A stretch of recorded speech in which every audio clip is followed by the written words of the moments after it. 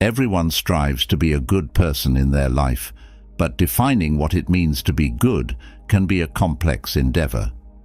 Being a good person often involves qualities like kindness, honesty, integrity, and compassion. However, these attributes are just the surface of a deeper, more philosophical exploration of virtue and morality. Stoicism, an ancient philosophy, offers profound insights into the essence of goodness and how one can cultivate it in daily life.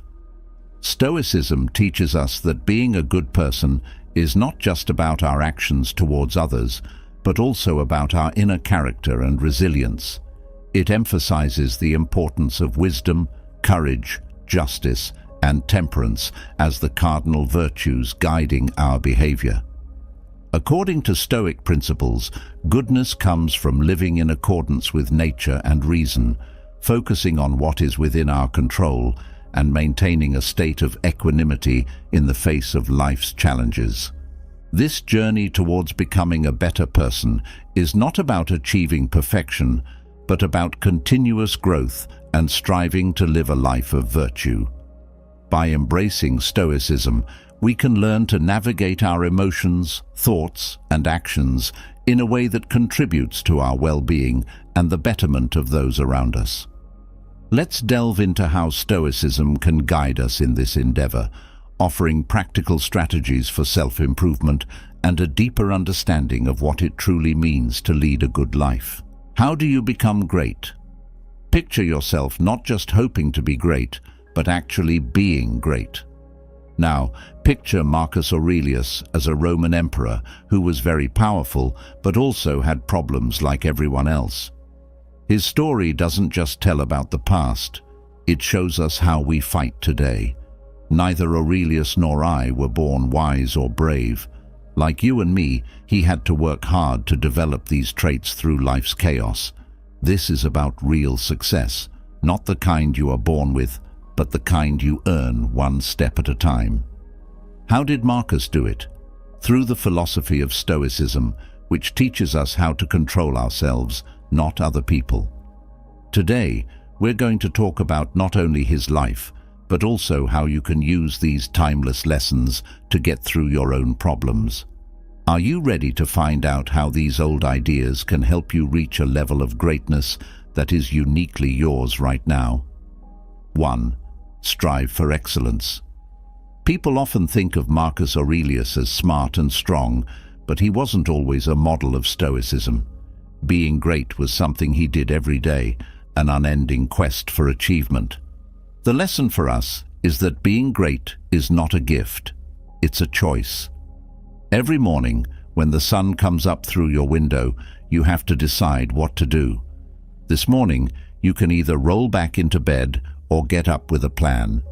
If you choose the second option, like Marcus did, you'll start your journey to excellence. How can we use this in our everyday lives? It's not about climbing mountains every day. It's about making small decisions like choosing to listen more and speak less, being patient in traffic instead of getting angry, or focusing on the job at hand instead of getting lost in social media's never-ending scroll. These decisions may not seem important at first, but they add up. Like Marcus, we don't become great all at once. Instead, it takes small, steady steps that lead us to greatness. Accept this trip and realize that every day offers a chance to improve yourself. 2. Spend every day thinking. Making daily reflection a habit is like holding up a mirror to your inner world. It shows you facts and insights that you might miss in the busyness of everyday life. It's not about writing down what happened during the day. It's a trip of self-reflection and a quiet talk with oneself. Imagine that at the end of each day you took a step back and looked deeply into your feelings, thoughts, and experiences. Not just telling what happened, but also going deeper and asking why you responded the way you did, what made you feel that way, and how your actions are in line with your core values. It means looking for trends in the way you act, figuring out what sets you off, and knowing your skills and flaws. Not only does this daily practice change your awareness, it changes your whole being, leading you to live your life with more thought and care. This habit is easy for everyone to pick up and has deep meaning. You only need a few quiet moments to think about yourself, and no special tools or conditions. Find a time that works for you, whether it's before bed or first thing in the morning. Being honest and open with yourself is more important than writing a great book. This practice is beautiful because it is easy and has the power to change things. You'll notice a change over time. Your thoughts and actions will become clearer, your values will become more in line with them, and you'll have a better understanding of the world around you and yourself. If you think about things every day, you'll not only get through life, you'll learn the art of living. Third, let people be who they are. Life gives us a lot of different actors, and each one plays a different role in the big story of life. Marcus Aurelius, who was a master of Stoic thought, knows this and decided to accept things as they are instead of getting angry. We can all use a change in mindset in this busy world of ours. When you meet someone who makes you mad, take a moment to breathe. Instead of getting annoyed or angry, think of them as important parts of the variety of human experience. It's like a puzzle. Every piece fits, even the ones that don't seem to go together at first. Accepting someone doesn't mean you agree with or excuse their behavior. It just means you see their place in life as a whole. This way of doing things has a quiet power. It frees you from the tiring loop of judging and getting angry. Think about how much mental room and energy you'd have back if you stopped battling every difficult personality you meet. When you accept people as they are, you're not agreeing with what they do. You're letting yourself stay at peace inside, no matter what's going on outside. Choosing to put your inner peace ahead of problems in the outside world is not passive. It's a choice. Remember that you, like everyone else, have more than one job to do. Just as someone else's behavior might be hard for you, it might be hard for them to deal with yours. This understanding of each other builds kindness and care. It serves as a strong warning that we're all managing this complicated world together, with our own unique traits and habits. Accepting these different kinds of people not only makes you more accepting, but it also helps you learn more about what it means to be human. This habit, which comes from Stoicism, has been used for a long time to help people grow and find peace in a world that is always changing. 4. Don't make complaints. Let's say you're in traffic, running late for a meeting, and your phone keeps ringing. It's simple to complain over and over, right? Marcus Aurelius, the Stoic ruler, taught us that whining, even in private, doesn't get us anywhere. Like yelling at the rain to stop, it doesn't change the weather and makes more noise. The next thing we should do is train ourselves to stop complaining before they happen. It's not about holding your thoughts inside, it's about using them in a healthy way. While you're stuck in traffic, listen to a podcast or make plans for the next day. Turn frustrating times into chances to learn and grow. Now, it's important to know the difference between complaining and doing something about it. It's not whining to ask for change, it's being responsible. Instead of focusing on the problem, work on a cure if something is wrong. Marcus Aurelius thought that problems should be dealt with directly, rather than just being complained about. Asking yourself, what can I do about this? When you feel unhappy, is a powerful way to change your mindset. You go from just watching your life happen to being in charge of it. But the truth is that how we feel affects what we experience. A day full of complaints can make you feel heavy and more worn out. A day started with the goal of fixing problems, on the other hand, feels more satisfying and useful. The point is to make a choice.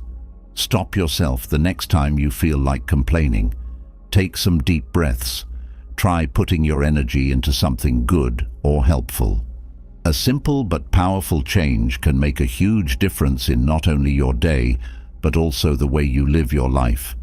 Adopt this habit and see how it changes the way you deal with people. Yourself will be calmer, more focused, and ready to take on problems with a clear head. 5. Pay attention to what really matters. Imagine that your life is a messy room full of things that stand for your daily tasks, wants, and distractions. Let's get inspired by Marcus Aurelius and use his wise words to fix this mess we're in now. Simply put, cleaning up this room is the next step to becoming great. How, though?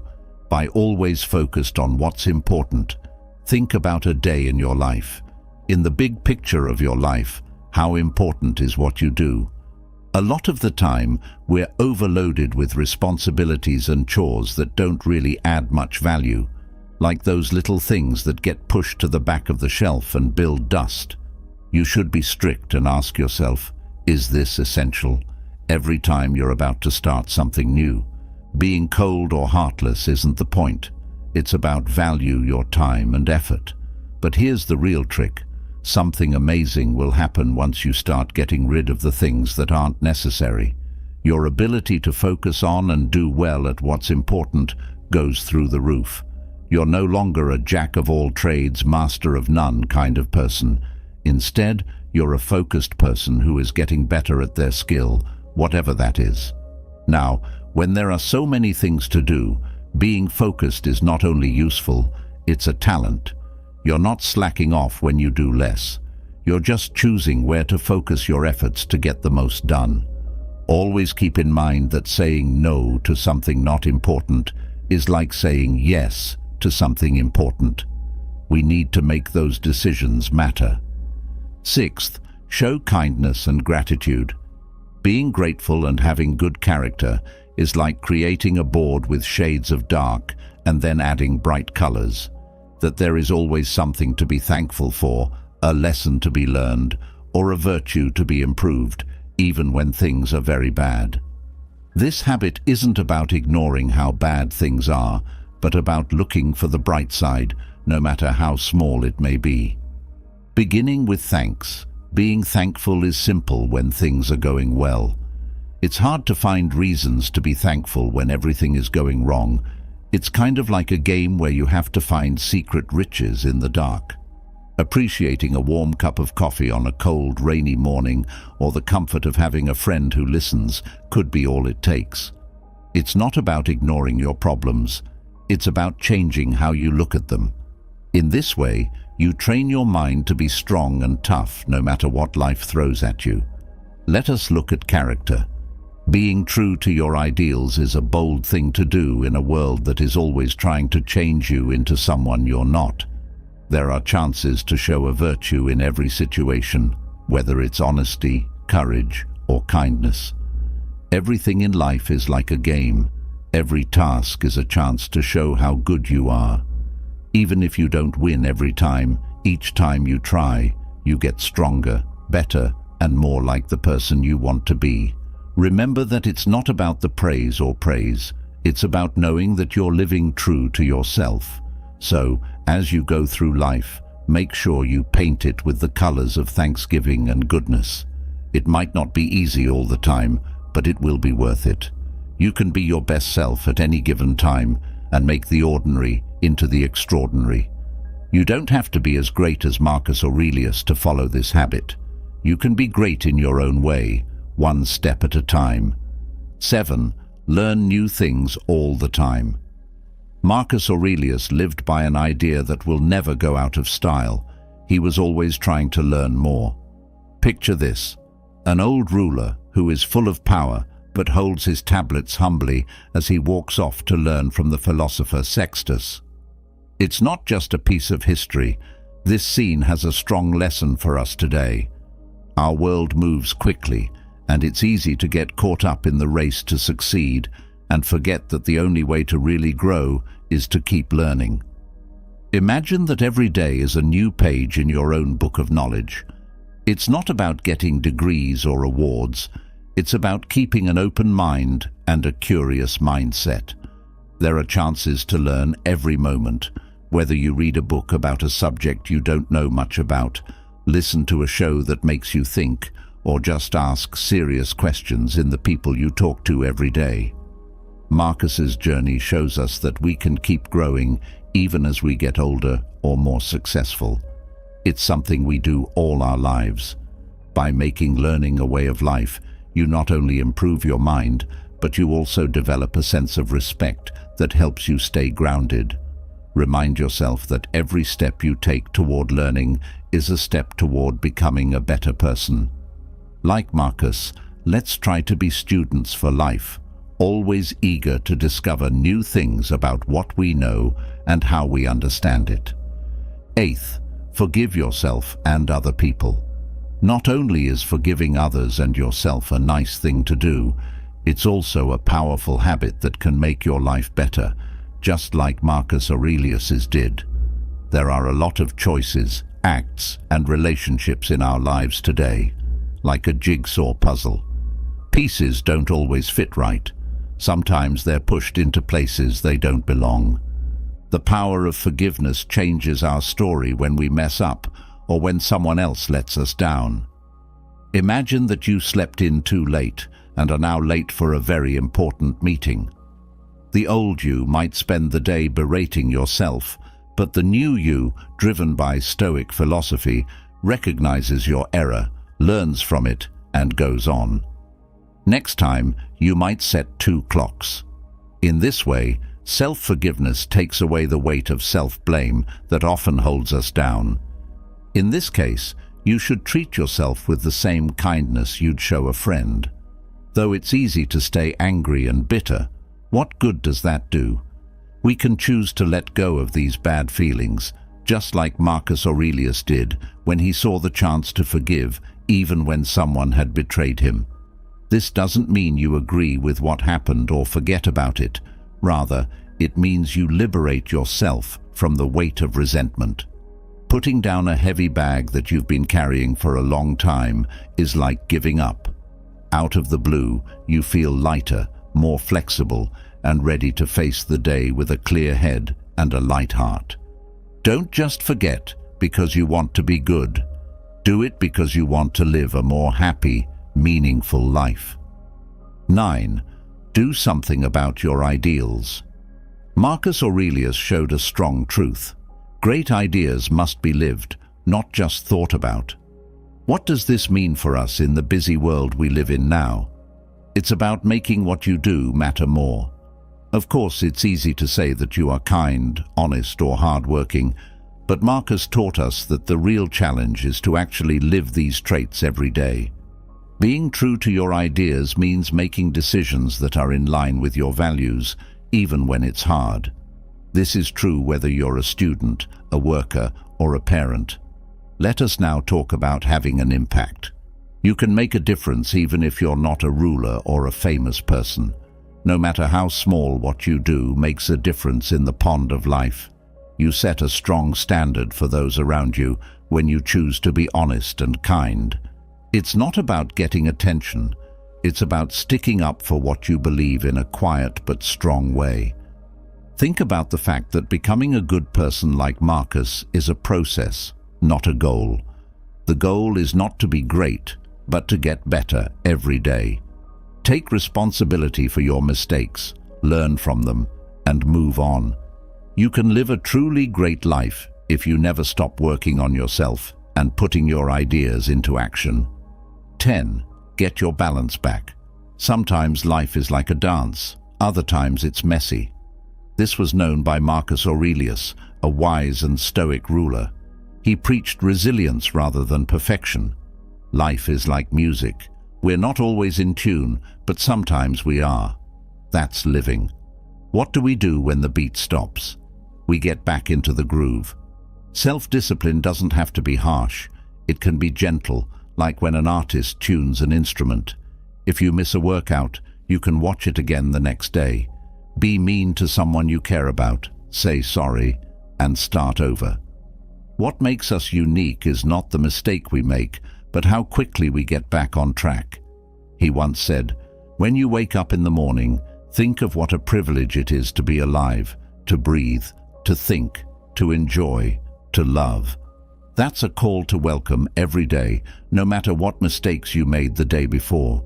We should be proud of being human and being able to get back to the flow of life. Every morning is a new chance, a new beat to the song we're already singing. Returning to rhythm is a habit that promotes resilience, joy in the trip, and the realization that living fully is the goal rather than perfection. Remember that it's not how you fall that matters, but how you get back up. You know how painful it is when someone you care about doesn't pay attention to you. They act like they don't care about how you feel and that you don't matter. Even though you love and care about them a lot, they never seem to pay attention to what you need. Why don't they respect and put you first? What if there was a way to change this?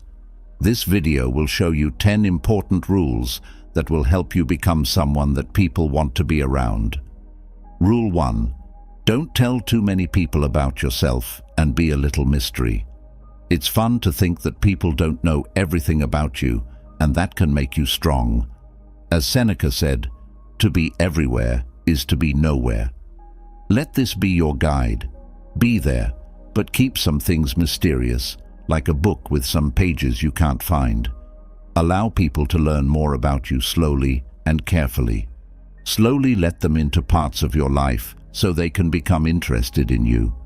This makes them want to figure out your personality like a puzzle, which makes them even more interested in getting to know you. Think about the well-known historical figure Cleopatra. She wasn't just pretty and strong, she was also secretive. She didn't tell anyone what she was thinking or why, which made them very interested in her. To get people's attention, do something unexpected, like going in a different direction through places they haven't been before. This will interest them and make them want to learn more about you. Just don't tell them everything about yourself at once. Let them explore and be a part of your trip. To put it simply, don't let everyone see everything about your life. Instead, picture your life as a book with many parts.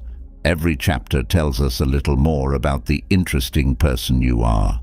Some people will want to know more about you if you keep some things about yourself a secret. The second rule is to make people afraid of losing you. Many times, people don't value things that are easy to get, but they do care more about things that they might lose. Put yourself in their shoes and imagine that they'd miss you a lot if you were gone. They see you as a very important choice, not just one of many. How are you going to make them feel that way? By being able to take care of yourself and living on your own. There is plenty of fun and happiness in your life, even without them. They want to be a part of your life because they see it as a unique chance and not something they expect. A philosophy that says you can control your thoughts, but not everything else around you is like this idea. When you understand this, you'll feel better. Having power comes from being on your own and having an interesting life. People will think of you as important, not just someone trying to get their attention. They will try hard to keep you in their life. They should be the ones trying to get your attention, not you. Why should you chase or beg for it? Make them a little scared of losing you. Make sure they want to be a part of your life and think you're important. Let's look at how Steve Jobs and Steve Wozniak worked together the first time Apple was made. Wozniak was a great engineer who helped make the first Apple computers. These technology skills and creative ideas helped Apple get off the ground. Apple CEO Steve Jobs knew that Wozniak had unique skills and was crucial to their project. Jobs not only helped Wozniak with his work, but he also made it more famous. Wozniak wasn't just a partner for them when they worked together, he was very important. Jobs and Apple would have had a lot of trouble if he wasn't there. This demonstrates how important it is to recognize and value what each team member brings to the table, making yourself someone who no one else can do the job for you. Third rule, be happy for yourself. This means you have to believe that your own happiness is real. Being sure of yourself and able to do things on your own makes you more beautiful. You don't need other people to make you happy. You find happiness on your own. You look better when you're sure of yourself and happy being alone. People naturally want to be around people who are happy and sure of themselves. You become an inspiration to others when you find joy inside yourself. That you're not looking for someone else to make you happy shows when you make your own happiness. You are already who you are and happy on your own. This sounds good because it doesn't put the responsibility of your happiness on other people. You want to make other people happy and make their lives better instead. This makes you very beautiful because you are full of good vibes and confidence, which makes people want to be around you. You can make yourself happy. As Seneca once said, true happiness is when you enjoy the present and don't worry too much about the future. Think about the past president. Even though he was dealing with a lot of issues, such as losing both his wife and mother on the same day, he knew how to be happy with himself. He was strong and busy, and he did things like box and help other people. His drive and happiness didn't come from what other people thought. That made him a well-liked boss. Even when things were hard, he could be happy and find value in himself. Because of this, he is an amazing historical person who shows how strong you can be to be happy on your own. Fourth rule, make yourself useful so that other people will want to invest in you.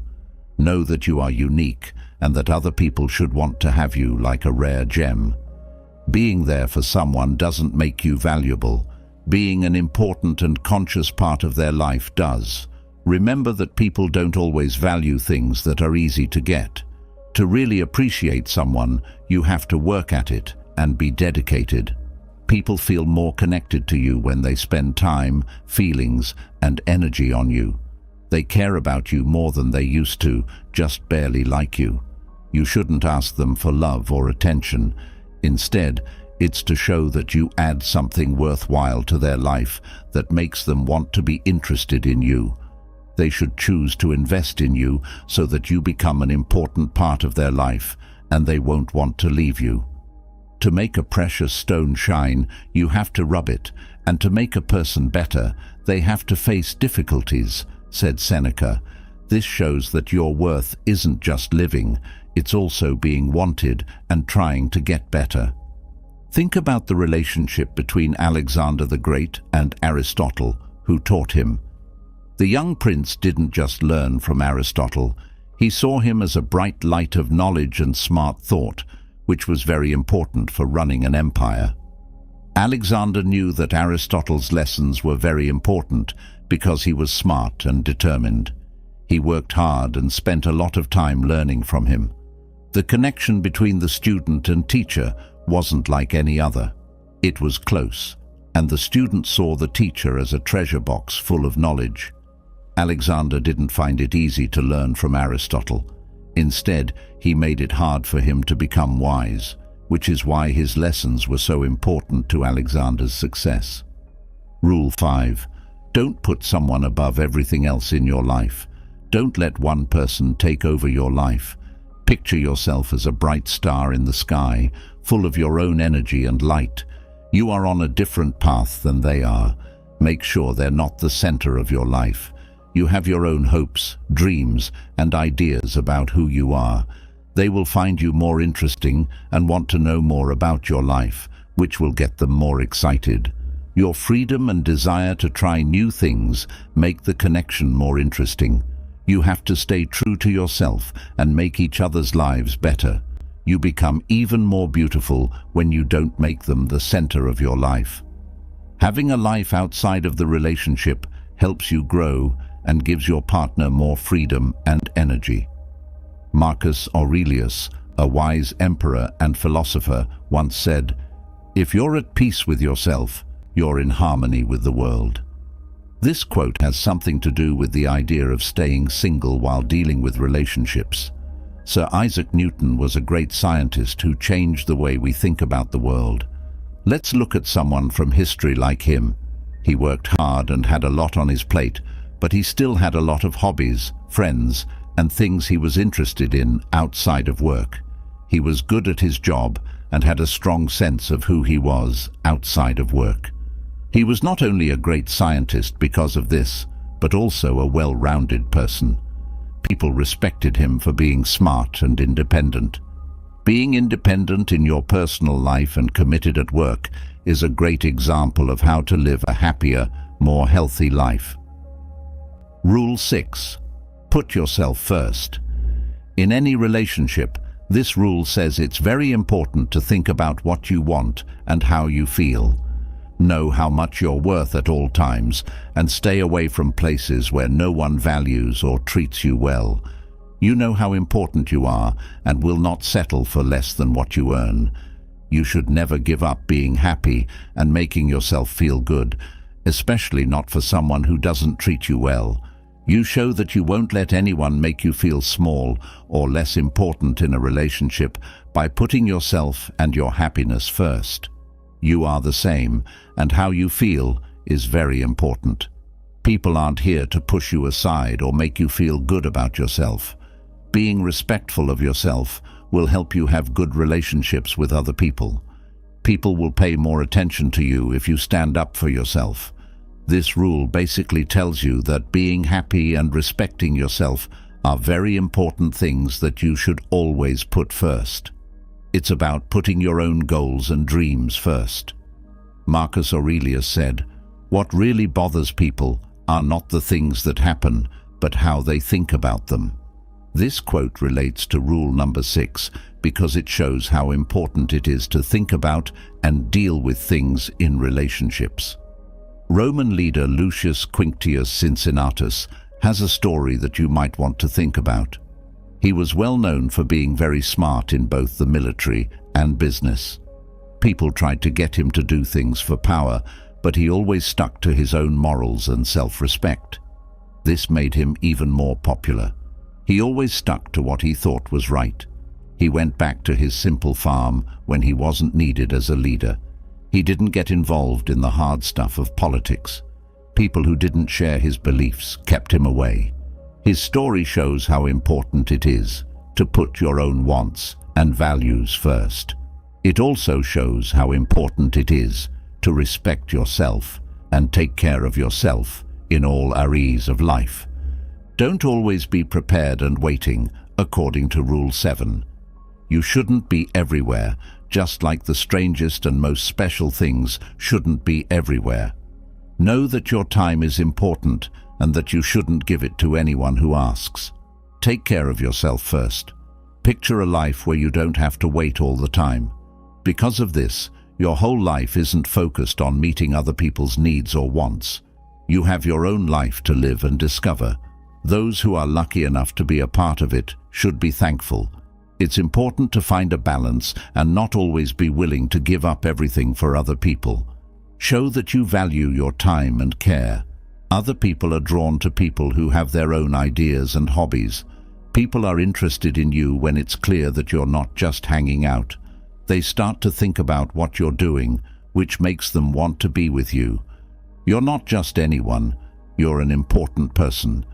Being open all the time makes it seem like they can have you whenever they want. You don't have to play games, you just have to show that your life is interesting with or without games. They learn to value the time you spend with them more when you're not always ready to drop everything for them. Don't feel the need to be available all the time. We often get scared for no reason, and we suffer more because we imagine things than because of what actually happens. Seneca said, "This means that you should value your own time and thoughts instead of being afraid of losing out or being needy all the time." Ada Lovelace was a very smart and artistic woman. She wrote and did math, and she is famous for being one of the first people to program computers. Ada didn't follow the rules, even if she lived in a time when women were supposed to have limited jobs and be open to everyone. She instead focused on her work, doing hard math and working with well-known people like Charles Babbage. She was even more interesting and beautiful because she worked hard on her own projects and chose not to be available all the time. Ada's story shows how important it is to be yourself and how that can make people want to be around you. She didn't wait for other people to show her the way. She made her own way and amazed everyone with her fierce fire and intelligence. Rule 8. Don't always start the talk. This rule is about how to talk to each other in a way that is balanced. Know that being the one who starts talks all the time isn't always a good thing. It's good to let the other person lead sometimes. This shows that you're interested in other things besides them, and it also lets you know if they're interested in you too. If you're always the one to start a talk, you might come across as too open. It's not about playing games. It's about making sure that both people in the relationship respect each other and work at it. In terms of conversation, this means not copying actions that can make things unfair or make you feel like people don't value you. As Marcus Aurelius said, the best way to get back at someone who did you wrong is to not act like them. It's about having self-respect and not needing attention or praise all the time. Rule number 9. Don't fall emotionally too close. This rule is about how to bring out the best in your feelings as you try to become important to someone. It means making sure that your feelings don't take over the relationship and that your wants are understood and met. It's about finding the right balance between being honest about how you feel and keeping cool. Anger and sadness are important parts of who we are, but showing them too much can make us seem less important. Seneca said, "The best way to deal with anger is to wait." This is what rule number 9 is all about. It's about being patient and keeping our emotions in check. Rule 10. If someone doesn't treat you well, be ready to end the friendship. This rule is all about knowing how valuable you are and not letting anyone treat you badly. When you're with someone, you should be clear about how you want to be treated. If someone keeps breaking the rules, you have to be strong enough to move on, even if you feel bad about it. You're not being mean, you're just taking care of yourself. It shows that you care about yourself and won't let anyone hurt you. You send a strong message that things are serious by being ready to leave. This person may understand that they need to behave better towards you if they want to keep you in their life. Your goal isn't to stay in relationships that don't make you happy and confident. Instead, you want to build good relationships where both people respect each other. Having the strength to walk away when you need to is part of that. Alexander the Great said, "You can control your mind, not outside events. Realize this, and you will find strength." This means that you can control your inner strength and self-respect, even when things aren't going well in your relationships with other people. We've discussed 10 important ways to make yourself memorable. Some of these are being mysterious, not being open all the time, letting other people invest in you, and putting your own needs first. How you talk to people should be just right, and you shouldn't make their whole life about you. You look better when you take care of your own happiness and emotional health. Always remember how important it is to value yourself and be ready to end relationships that aren't good for you. It's not about getting praise, it's about making relationships that are healthy and polite. By following these rules, you'll become someone that other people want to value. Remember that you have the power to make choices in your life, including the choice to leave if you ever feel like you're just a possibility. People who see and respect that about you should know how valuable you are. Imagine that only a few people know about a secret, the power of detachment. This secret leads us on a trip that tests our core beliefs. Doesn't it seem controversial? Most people think that connection means love and care, but I'm going to tell you something that goes against what you might think. Detachment can be the key to a happier and healthier life. Doesn't that sound impossible? After that, get ready for a shocking reveal. Now it's my turn to show you the less traveled roads of emotional and material detachment. I will show you psychological practices and points of view that may seem to go against each other, but are necessary for your emotional health and personal growth. In a strange way, the first step on the road to detachment is a step back, wanting a time of separation, not to make a whole, but to gain perspective. Think of yourself at a party where everyone is talking and the music is loud. It can be hard to tell what a friend is whispering in this situation. Just like the noise at a party can make it hard to think straight, when we are too involved with someone or something, our feelings can get worse. When you take a step back, it's like leaving that loud place and going to a quieter one where you can enjoy your own company and think more deeply. Seneca, a philosopher with deep thoughts, said that going back to oneself was very important. It's not just a matter of space. This return is also about mental and emotional distance. When our feelings get in the way of our judgment, stepping back lets us enjoy them like a spectator watches clouds move across the sky, knowing that they are not us. This detachment is not the same as indifference. It's a way of looking at things and our responses without bias, like we're looking at the whole game and not just the piece we're holding. It's not always necessary to separate oneself in a country town, as the Stoics recommended. Sometimes it's enough to just silence your phone, go for a walk, or sit in silence in a room. The most important thing is to find a place where the constant noise of normal life doesn't drown out your ideas and feelings. During these quiet times, we learn how to make choices based on reason, deep reflection, and our own inner knowledge, rather than sudden emotional responses. This back step is your power tool.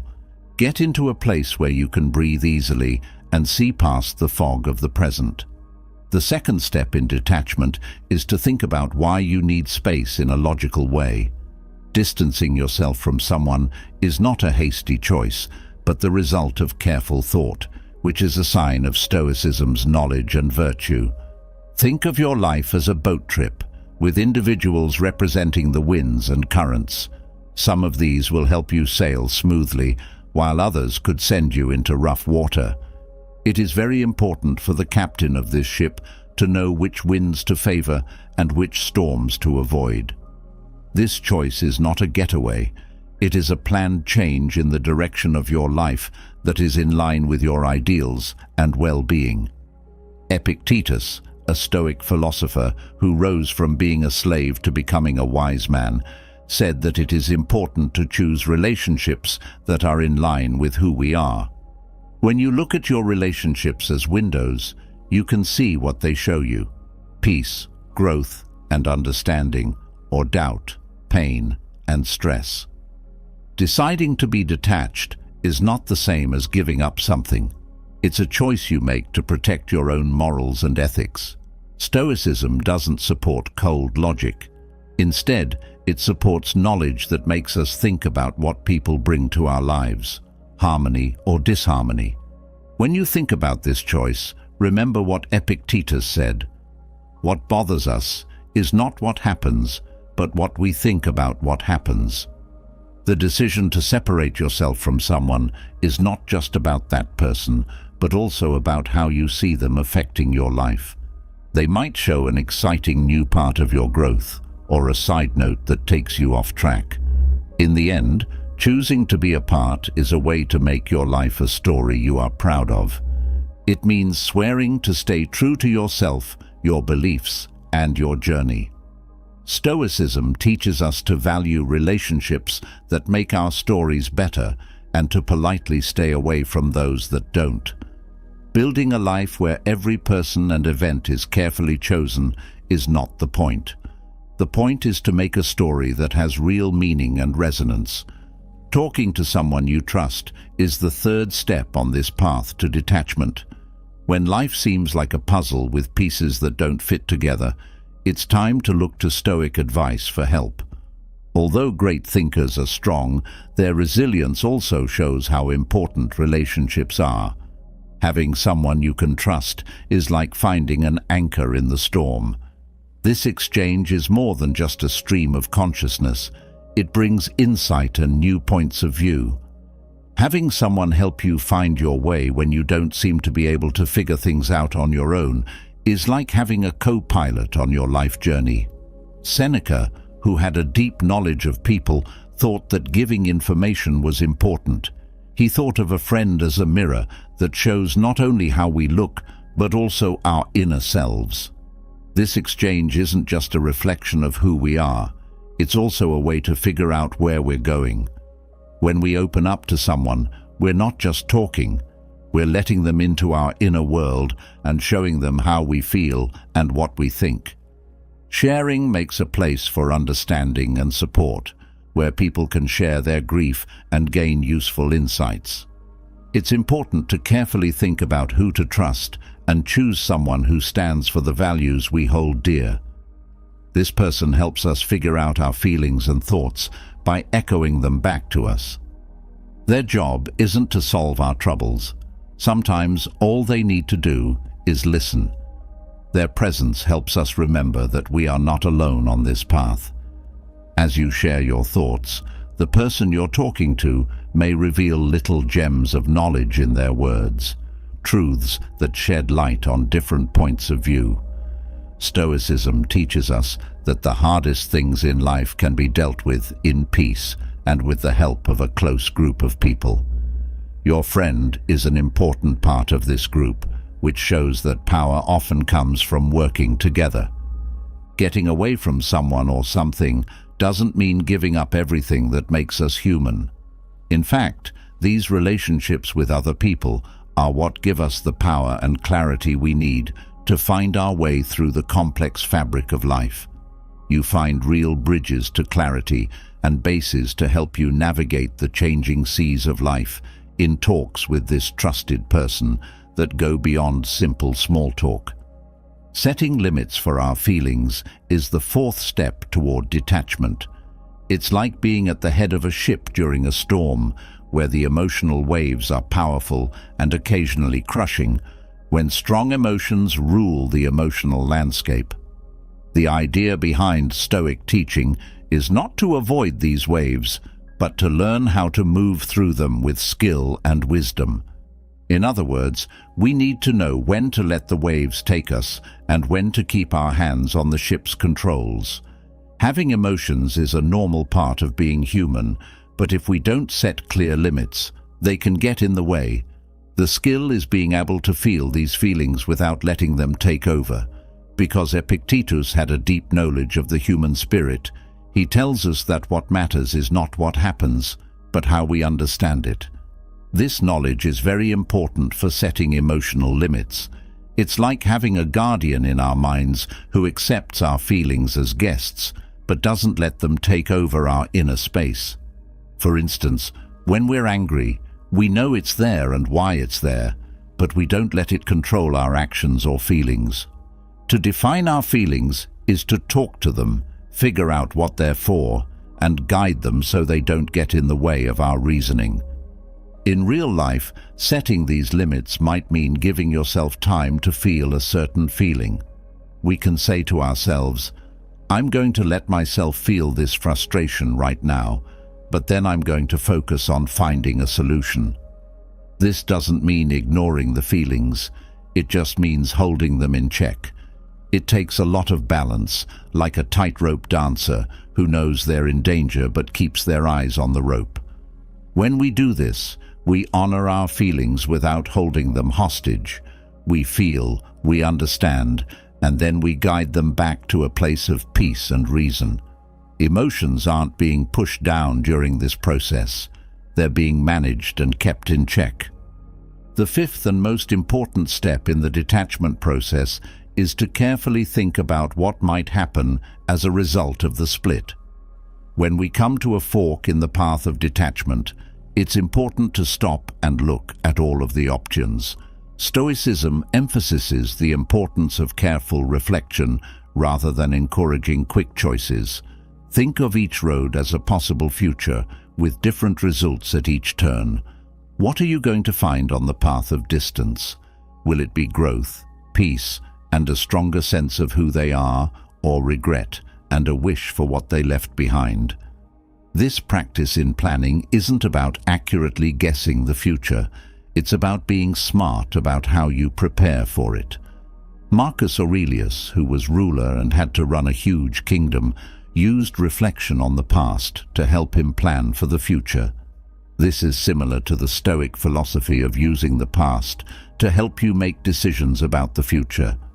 Think about the times you separating yourself and evaluate what happened.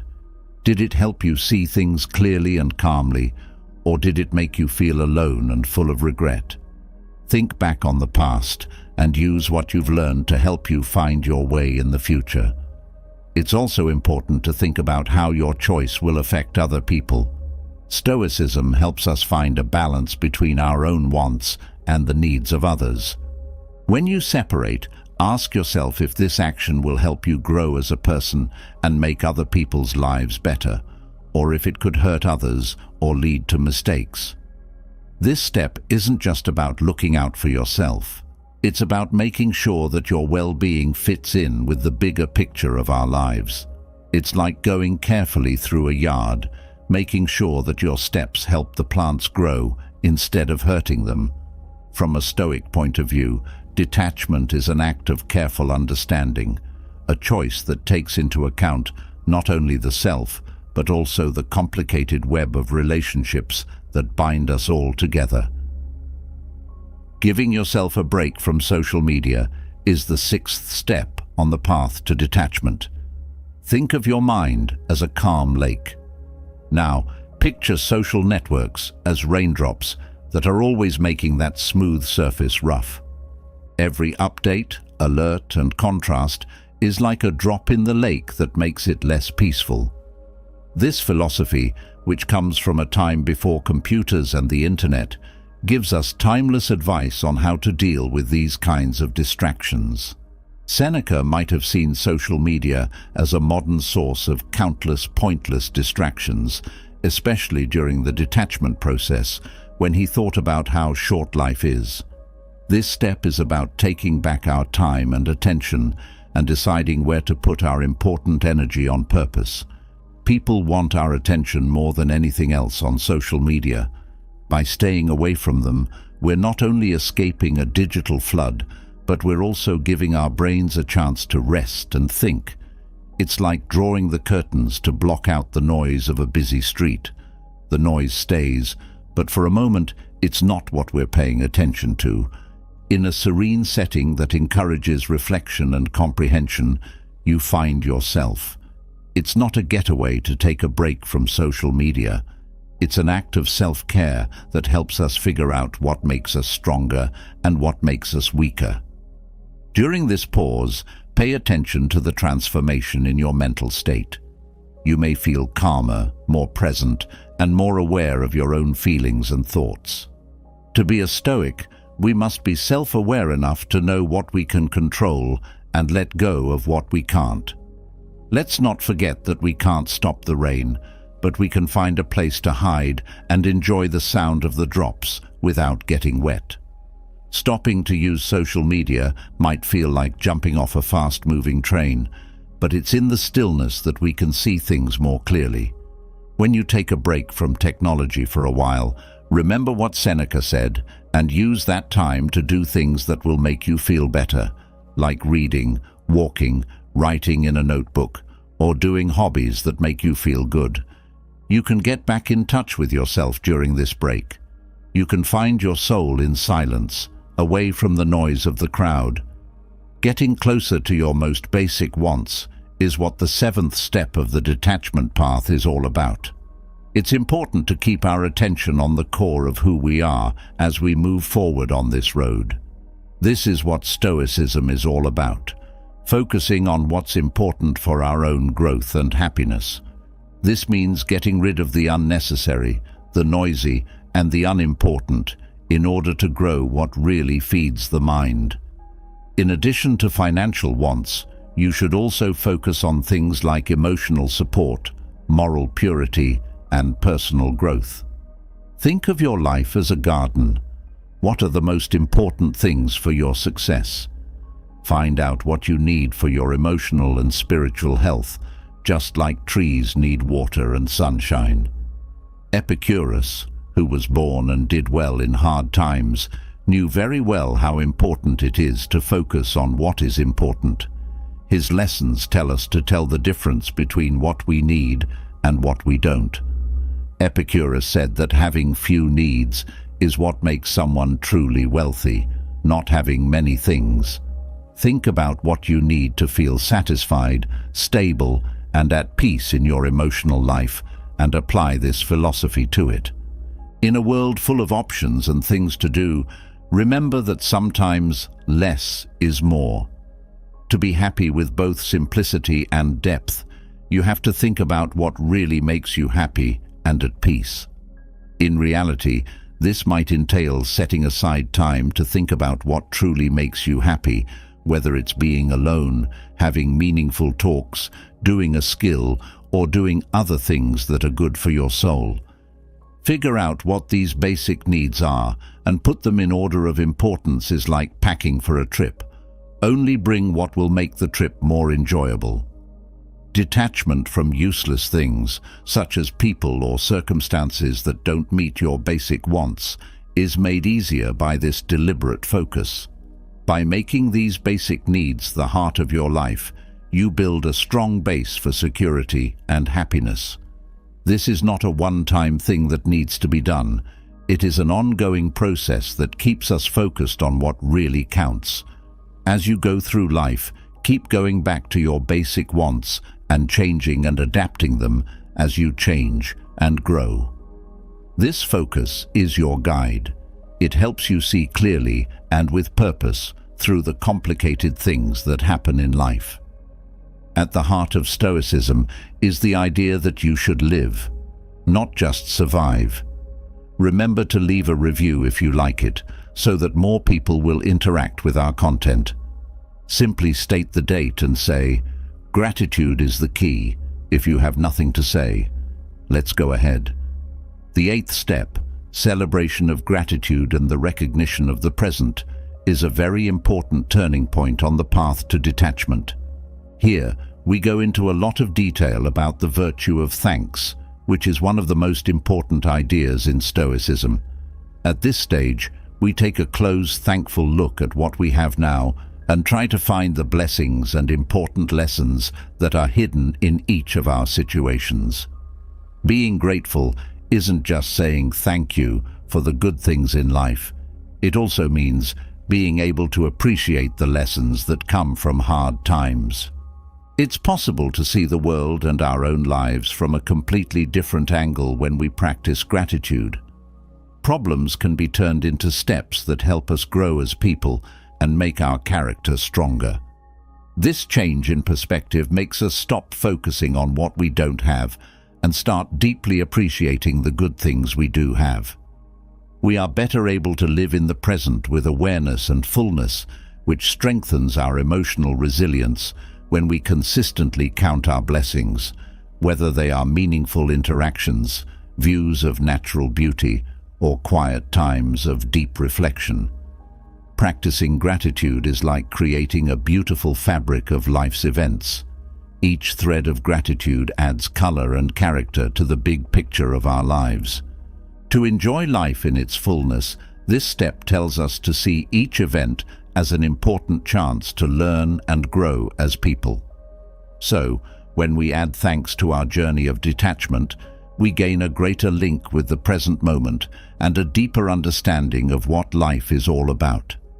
It feels like we're looking for an undiscovered gem, where the wealth is not only in the things we own, but also in the lessons we learn from our mistakes. I want you to be excited and interested in this 8th step, because it holds the key to a better and more meaningful life. Step 9. Encourage people to be flexible and open to change. At this very important point in the path of detachment, we are asked to accept that everything changes and that the world around us is unpredictable. Things happen all the time in life, and some of them are out of our control. What we can control, though, is how we feel and what we do in answer to these things. In this situation, having a flexible mind isn't just a quiet way to deal with changes. It's also a way to actively respond. It means being ready to let go of old ideas and ties when we need to, and being brave enough to face the unknown. It's like sailing a rough river. We have to keep changing our path to follow the currents. We don't have to give up our ideals and beliefs. We just need to find new ways to use them in different scenarios. We can build emotional resilience through the practice of flexibility. We can avoid the struggle and pain that come with fighting what is going to happen by accepting that it is a normal part of life. We learn to adapt to our surroundings instead, turning problems into chances to grow. Furthermore, being flexible gives us the ability to see the good in even the worst conditions. This doesn't mean ignoring pain or problems. It means finding ways to grow as individuals through these situations. In the end, Step 9 tells us to dance with life and accept its turns and changes with grace and humility. Like a trip, life is full of new discoveries, and our ability to change and learn is what helps us do well when things are unclear. In order to achieve detachment, we are setting ourselves up for a fuller, more meaningful and stronger life by making freedom a central concept. Empathy is being able to understand and share someone else's thoughts.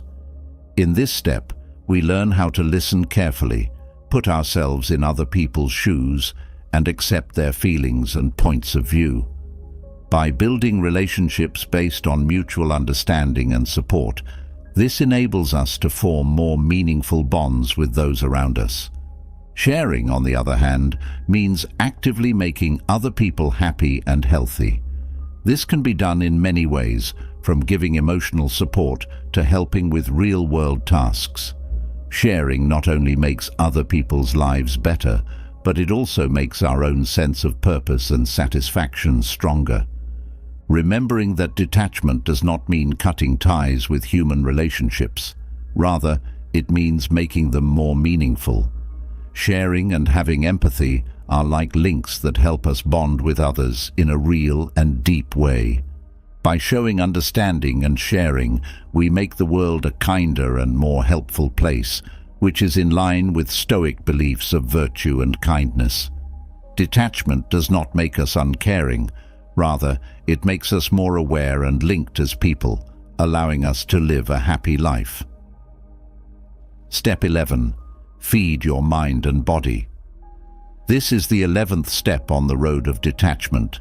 It's time to take care of our mind and body. As we go through the complicated parts of life, this step is very important for keeping our emotional and physical balance. Mindfulness and self-reflection are the first steps in taking care of your mind. Being mindful means being in the present moment and noticing our feelings and thoughts without judging them. This helps us clear our minds and feel less stressed. During self-reflection, on the other hand, we can learn more about our thought and behavior habits and find ways to grow and get better. We also spend time reading, learning, and performing artistic skills to keep our minds healthy. In this way, we can learn new things, be more creative, and keep our minds open and interested. We know how important it is to take care of our bodies by living well, working out regularly, and getting enough rest. The body is how we experience the world, so taking care of it is an important part of living a healthy life. This step helps us remember that detachment is more than just getting rid of stress and problems. It's also about taking care of our physical and mental health.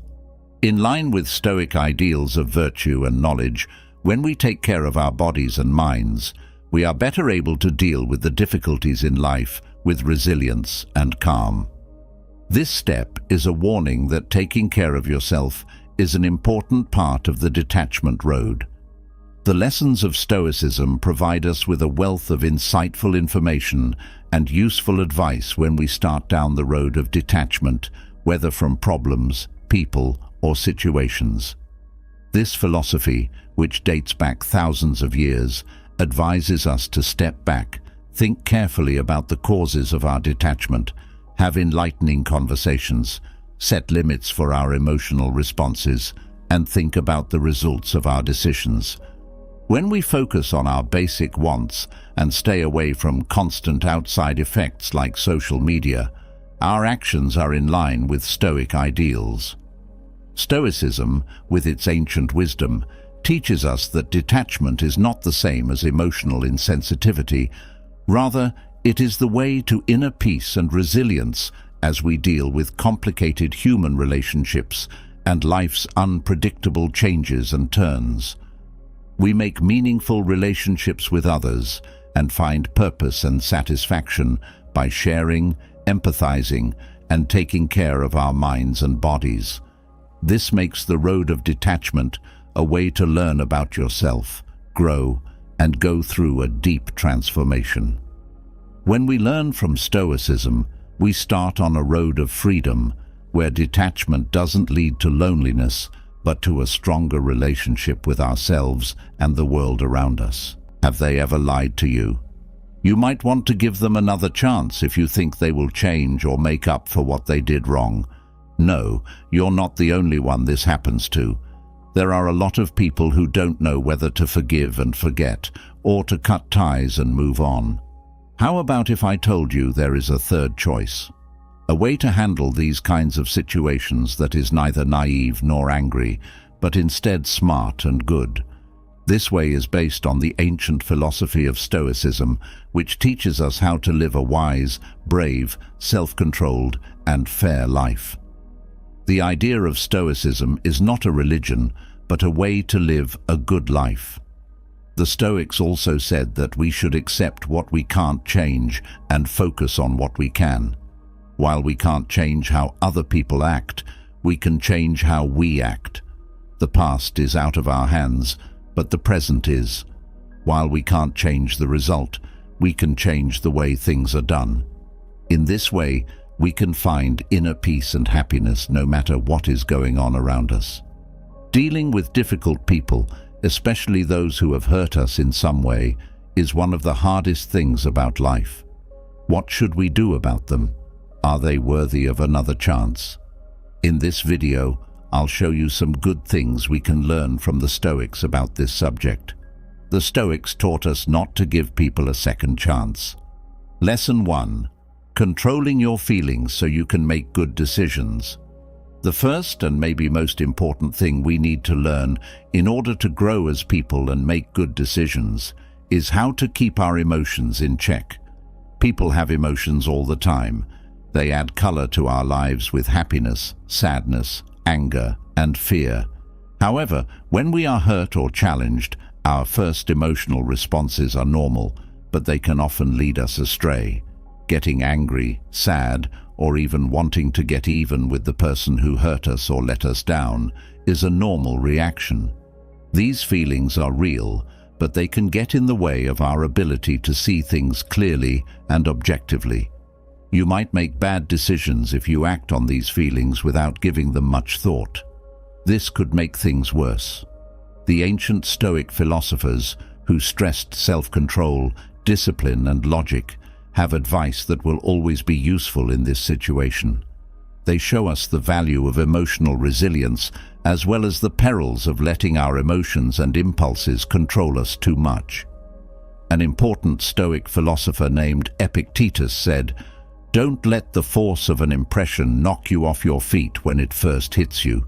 Just say to it, 'Hold on a moment. Let me see who you are and what you represent. Let me put you to the test.'"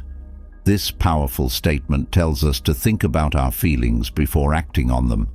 To use this lesson, we must first be aware of our feelings without judging them.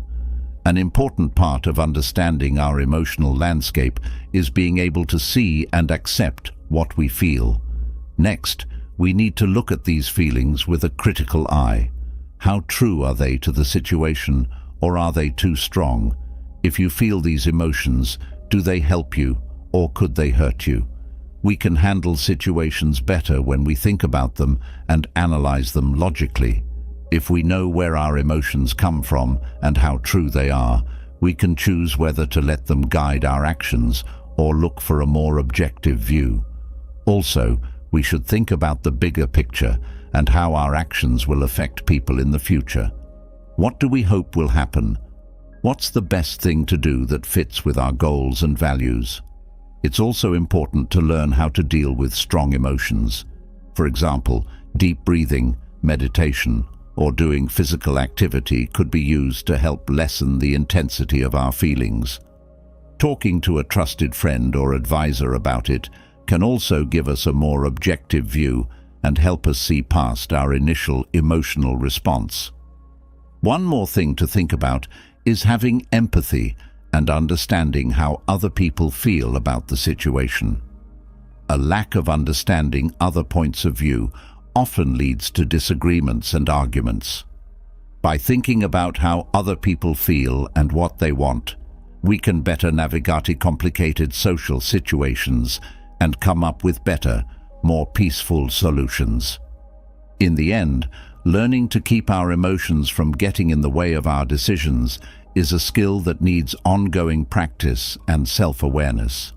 We gain the power to make decisions that are thoughtful, balanced, and in line with our deepest values and goals when we learn to stop, look at, and control our emotions. To master your emotions, you don't have to push them down or ignore them. Instead, you have to understand them and work them into a more balanced and logical way of living. We can make better decisions and have better relationships with others as we get better at this skill. This leads to a happier and more peaceful life. Second lesson: forgiving someone is not the same as making peace with them.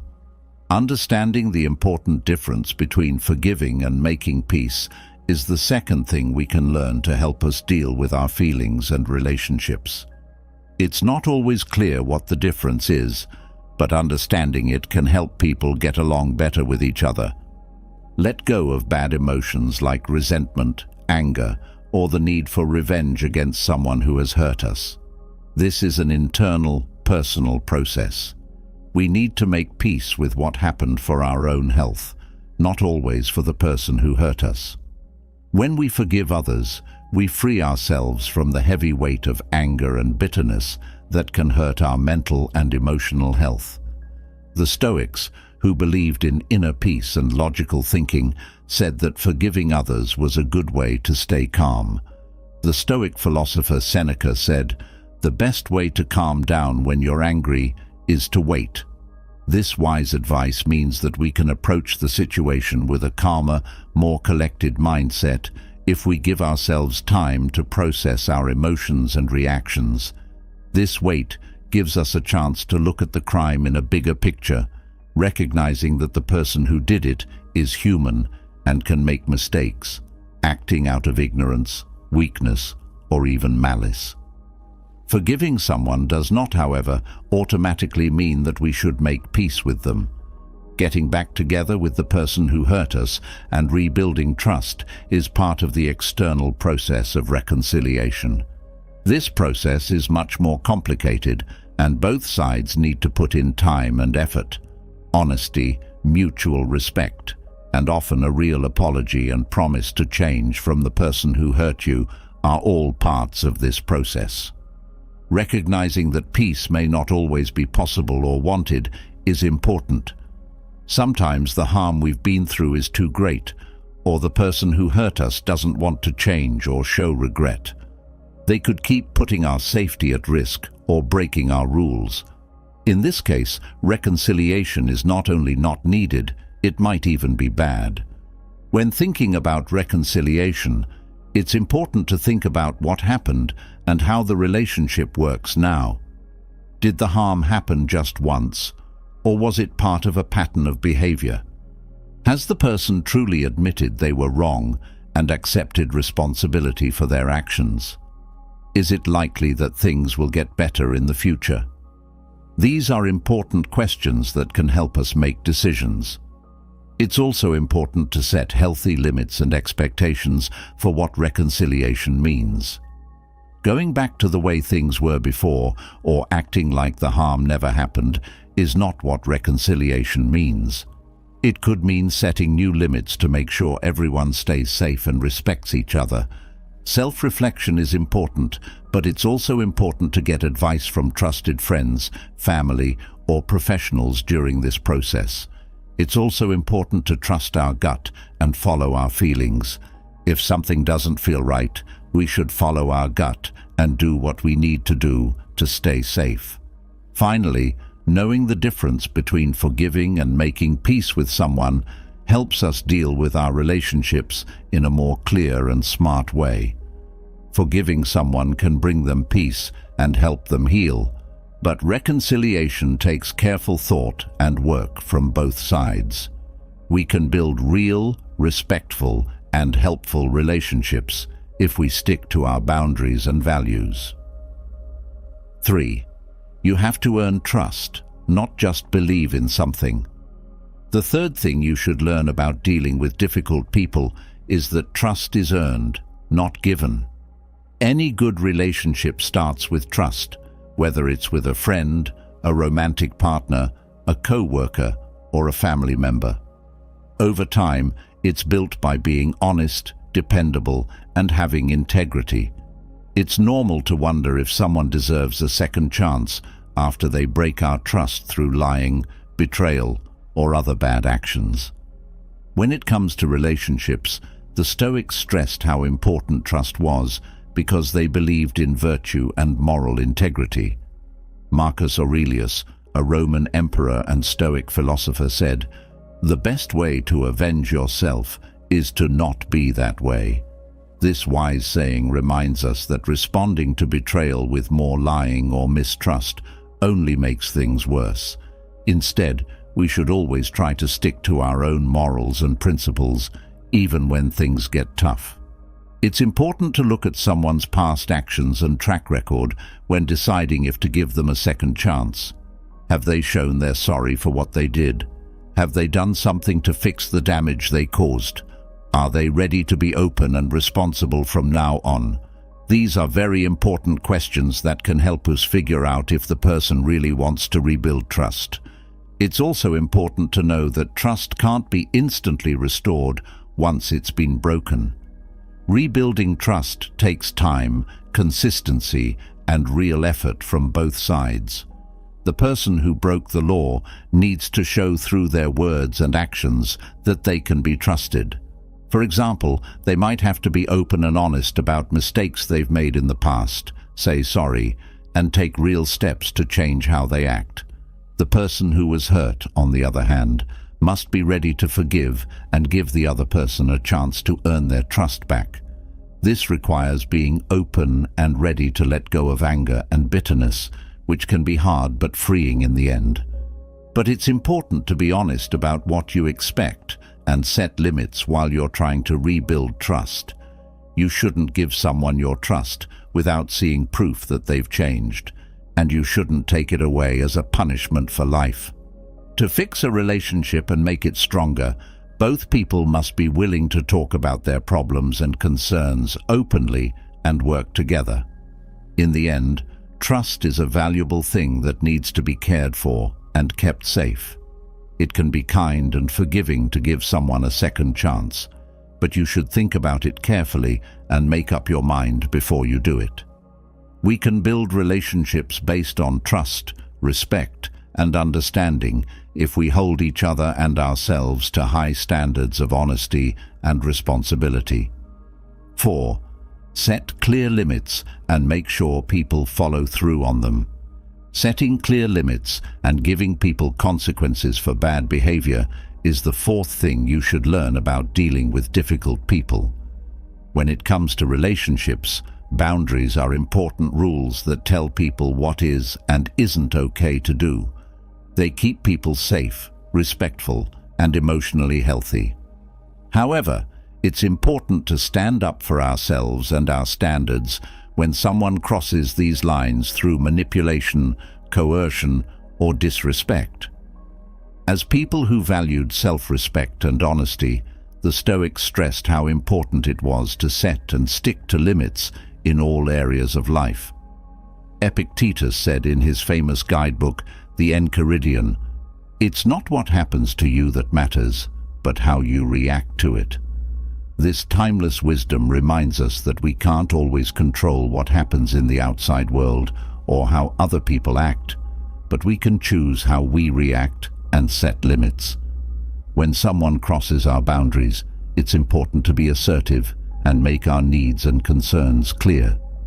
This could mean listing the exact behavior that isn't okay, explaining how it makes us feel, and making clear what will happen if it happens again. Setting limits takes courage and self-confidence because the other person might push back or resist. But staying strong in our beliefs is important for keeping our dignity and self-respect. Along with setting limits, it's also important to make sure that bad behavior has consequences. The purpose of consequences is to stop people from breaking the rules again and to stress how important it is to do so. Different types of consequences can happen depending on how bad the offense was and the type of relationship involved. Some of these are temporarily ending the relationship, putting limits on contact or interaction, or getting help or intervention from someone outside the relationship. Being consistent and firm about consequences is important, even if it causes trouble or discomfort in the short term. By sticking to our limits, we make it clear that our health and self-respect are important to us. We can now build relationships based on trust, honesty, and respect for each other. In conclusion, making clear rules and following through with them are important parts of keeping relationships healthy and happy. It might take courage and confidence to do what we need to do to protect our well-being and dignity. By being clear about our limits and holding others responsible for their actions, we build relationships based on respect, trust, and understanding. Fifth lesson: put your health and self-care first. Prioritizing self-care and well-being is the fifth lesson in dealing with difficult people. When we're going through trouble or conflict, it's easy to forget about our own needs and only focus on fixing the problem with other people. However, ignoring self-care can hurt our physical, mental, and emotional health, making it hard to deal with tough situations in a healthy way. The Stoics, who stressed the value of self-discipline and inner resilience, understood the importance of putting self-care first in order to keep calm and focused. In his famous work, Meditations, Marcus Aurelius said, "You have power over your mind, not outside events. Realize this, and you will find strength." This deep insight reminds us that we can control our own thoughts, attitudes, and actions, even when we can't always change other people's behavior or the way things happen around us. When we put self-care first, we build up our inner resources and resilience, which makes it easier and more graceful to deal with life's challenges. Self-care includes a wide range of actions and routines that are good for your physical, mental, and emotional health. Regular exercise, enough rest, a healthy diet, mindfulness meditation, journaling, time spent in nature, hobbies, and support from friends, family, or professionals are some examples. These practices help replenish our energy reserves, reduce stress, and enhance our overall quality of life. In times of conflict or difficulty, self-care becomes even more critical as a means of self-preservation and resilience. It's important to listen to our bodies and thoughts and react kindly to our wants. This may involve taking breaks when feeling overwhelmed, practicing relaxation techniques to calm the nervous system, or engaging in activities that bring joy and fulfillment. Moreover, promoting self-care is not selfish, but important for our well-being and success in other areas of life. Just as we must put on our own oxygen masks before assisting others in an emergency, we must prioritize our self-care to be of service to others effectively. By attending to our own needs, we become better equipped to support and care for others with compassion and empathy. In conclusion, Prioritizing self-care is essential for maintaining health, well-being, and resilience, especially in challenging or conflictual situations. By nurturing our physical, mental, and emotional health, we strengthen our capacity to cope with adversity and cultivate fulfilling relationships. As Marcus Aurelius wisely observed, true strength lies in mastering our own minds and taking proactive steps to care for ourselves, even in the midst of life's storms. Have you ever thought about what makes some people smarter and better at learning than others? Want to get the skills and information you need to do well in your personal and work life? You're in the right place if so. We'll look at how to be smarter than everyone else in this fun video. We'll look at techniques and tips that can help you learn better, understand better, and use what you know in your everyday life. This journey will give you the tools you need to make the most of your intelligence, which is a valuable asset that can improve every part of your life. So, if you want to reach your full brain potential and take on tasks with a clear head, please keep watching. We're going to look at these 10 keys together. They will help you become smarter and do better in any area you choose. Get ready for a trip that will help you learn more about yourself and grow intellectually. First, encourage people to be curious. To spark interest is to light the spark of intelligence. Think of your interest as a guide that leads you through huge amounts of information. By being curious all the time, you become someone who is always ready to find answers, which is one way to be smarter than other people. You are a college student, and you are learning about history in class. You have never heard of this subject in old history before your professor brought it up. There's no longer a silent way for you to take in the information from the teacher. You display interest during class. You inquire about what led to and resulted from events in this past. You wonder why people in the past behaved the way they did, and you even wonder how this event might have affected the world we live in now. You're still interested in more. You start reading more books and other things about this subject after class. To find out more about this old past, you look online and take part in online conversations. This will not only help you understand this subject better, but it will also help you see past and its relevance to our present lives in a bigger way. Your interest has led you to learn new things and broaden your views, which has made you smarter about how to understand and deal with the world around you. If you're interested, you'll ask why and how things work, instead of just taking them as they are. It makes you want to learn more, question what you think you know, and question what you believe without question. You are broadening your academic views with every question you ask and every new thing you learn. Curiosity helps us find out about the world's wonders, from the secrets of the universe to the mysteries of our own bodies and minds. But it's not just about gathering information, it's also about really knowing. Being curious helps you see beyond the obvious and make connections between things that don't seem to go together. So, how do you get more interested? First, look at the world around you as if it were brand new. Check things out and ask questions if you don't understand them. Open yourself up to new things all the time.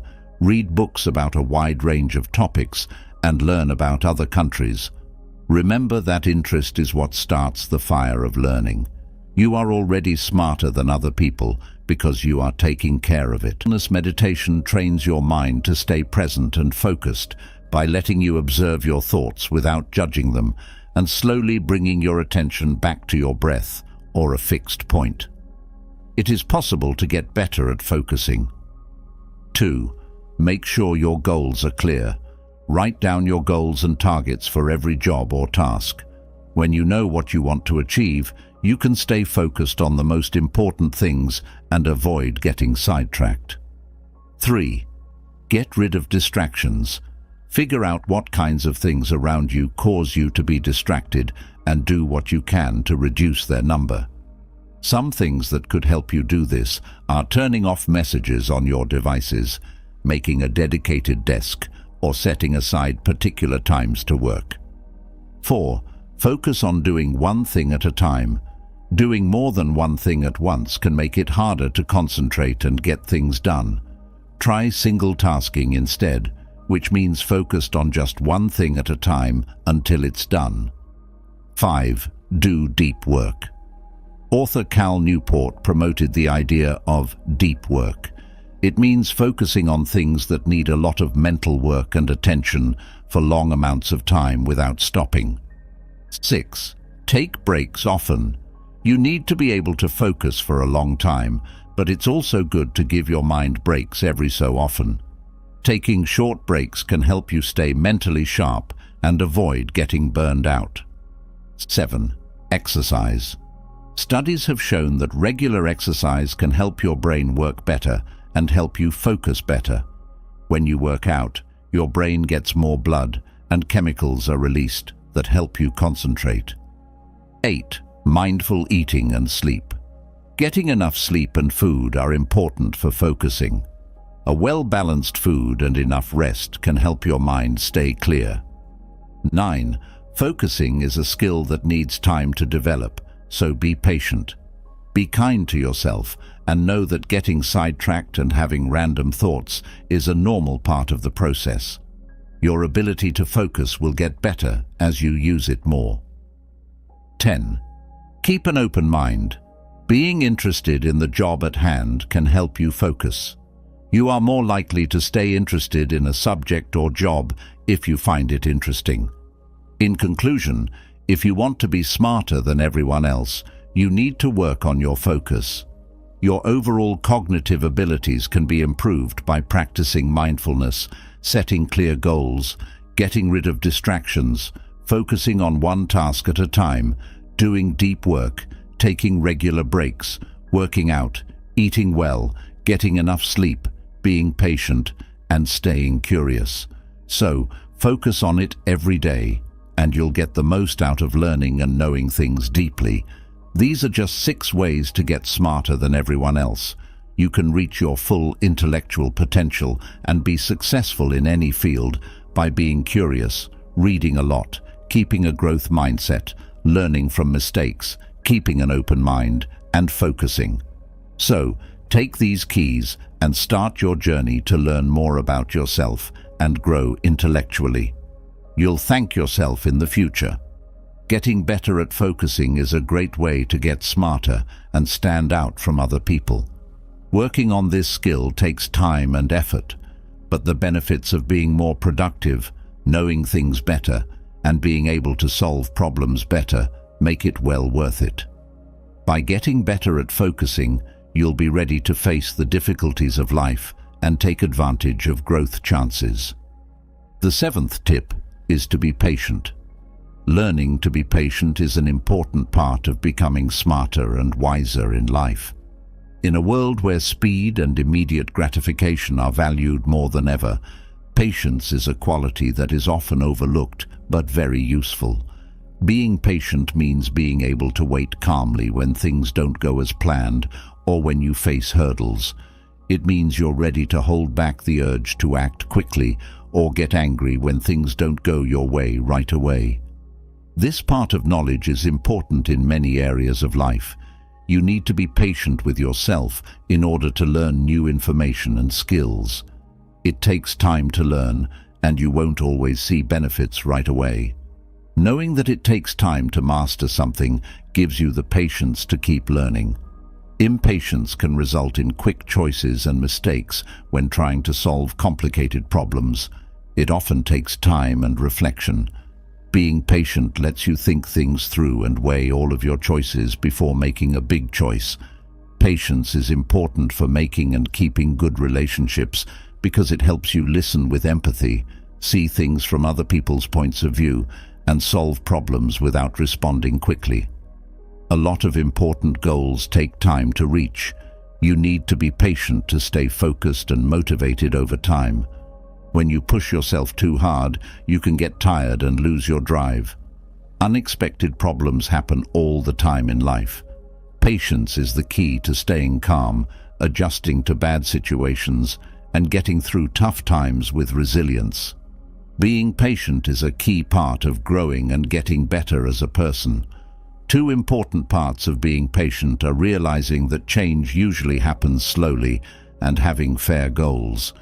Being patient doesn't mean being lazy or smug. It means being persistent and determined even though you know that you can't control everything right now. If you learn to be patient, you can handle the problems in life with calm and collected behavior. This will help you make better choices and eventually become smarter and wiser than people who are impatient.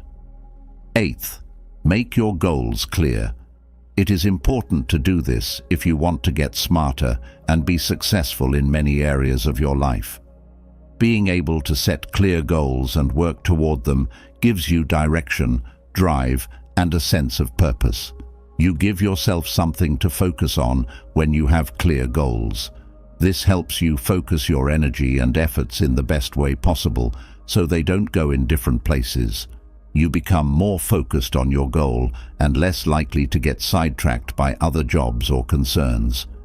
Setting clear goals also makes it easier to see how far you've come. By breaking your big goals down into smaller, more manageable steps, you can keep track of your progress and see where you might need to change how you're doing things. This way of keeping track of things makes you more responsible and helps you stay on track. Also, setting goals helps you decide which tasks are most important. When you have clear goals, you can figure out which jobs are the most important and how to spend your time and money properly. Time management and escaping the mistake of being constantly busy without making meaningful progress depend on this priority. Also, having clear goals makes you more motivated. Their presence gives you a reason to work hard, because reaching your goals often makes you feel fulfilled and happy. This good feedback makes you more likely to keep working hard and not give up, even when things go wrong.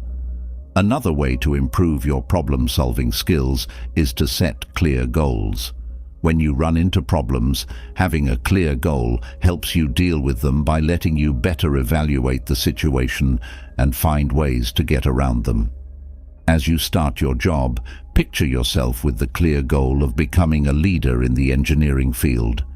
As part of your plans, you want to finish your bachelor's degree in engineering within 4 years, work for a top company in your field, and learn how to develop technical projects, make professional connections with co-workers and respected managers in the field, take classes and workshops to improve your technical knowledge and skills, and eventually become the leader of major projects. With these goals in mind, you've made a clear plan for your job path and given it a time range. Focusing on each step you need to take to reach your goals will help you make sure that all of your efforts are focused on the right things and not spread out. At this point in your work, this helps you move forward and shows how much you've learned in the area of engineering. In conclusion, making clear goals is like making a plan for your career and personal growth.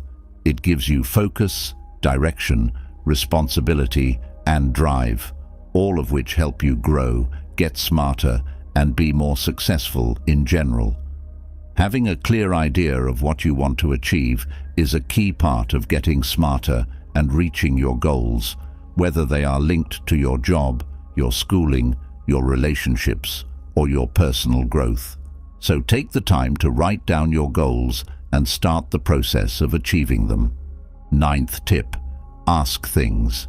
Being able to ask good questions is an important skill that can help you become smarter and wiser. This skill is not only important for learning and understanding things, but it also has a big effect on your personal growth and success in life. You feed your natural interest and cultivate an open mindset when you get used to asking questions all the time. You're more open to new ideas, willing to question what you think you know, and willing to look into things differently.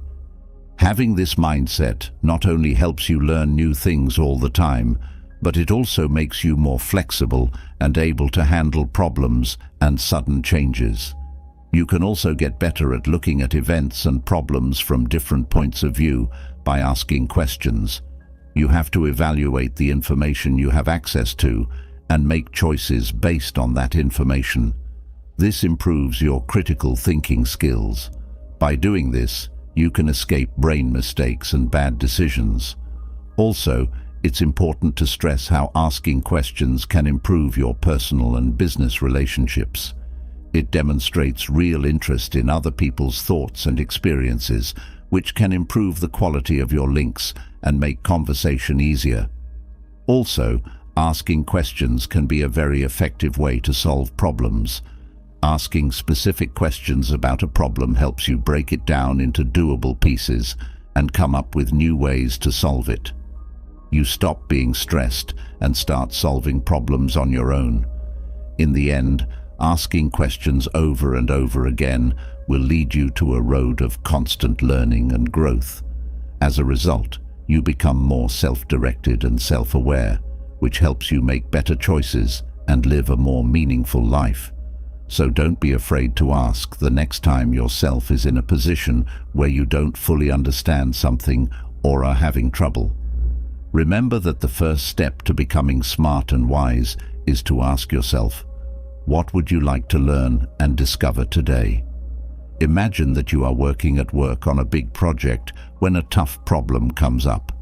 The project is moving along nicely, but you're having trouble keeping track of your time and resources.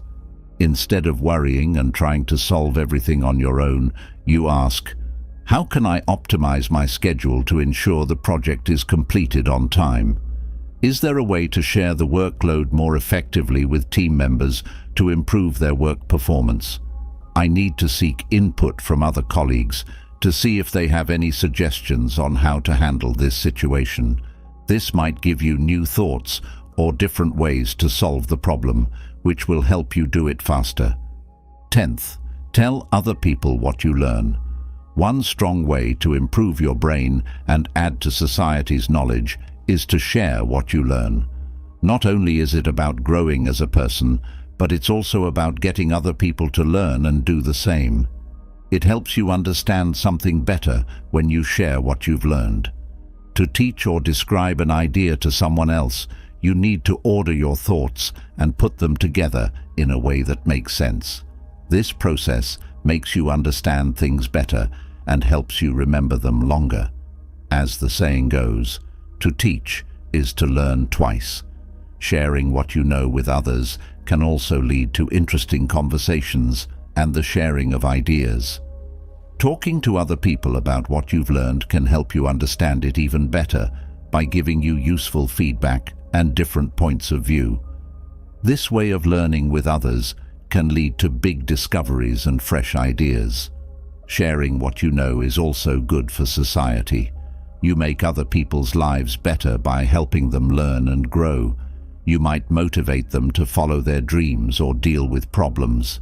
This feeling of making a difference can be very satisfying and keep you motivated to keep learning.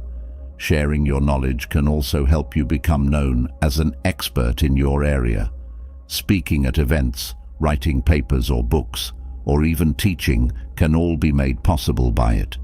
Being ready to share what you know can help you get ahead in your career and get noticed.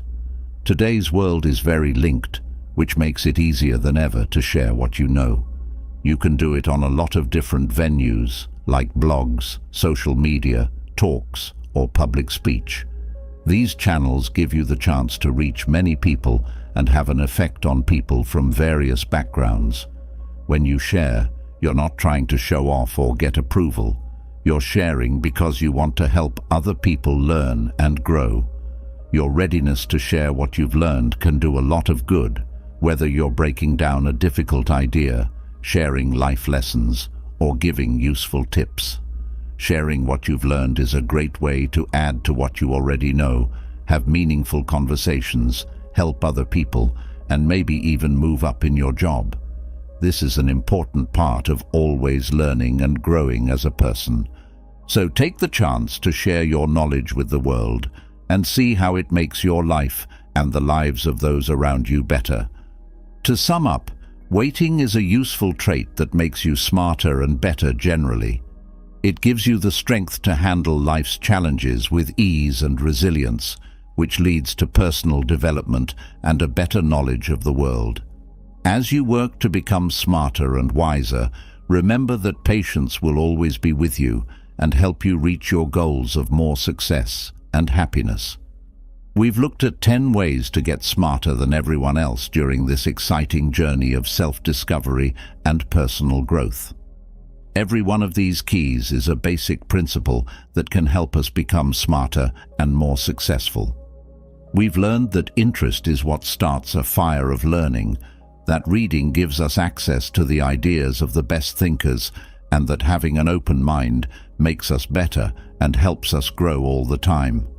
We've learned that focusing helps us get to the heart of things, that asking questions helps us understand the world around us better, and that making clear goals gives us direction and purpose.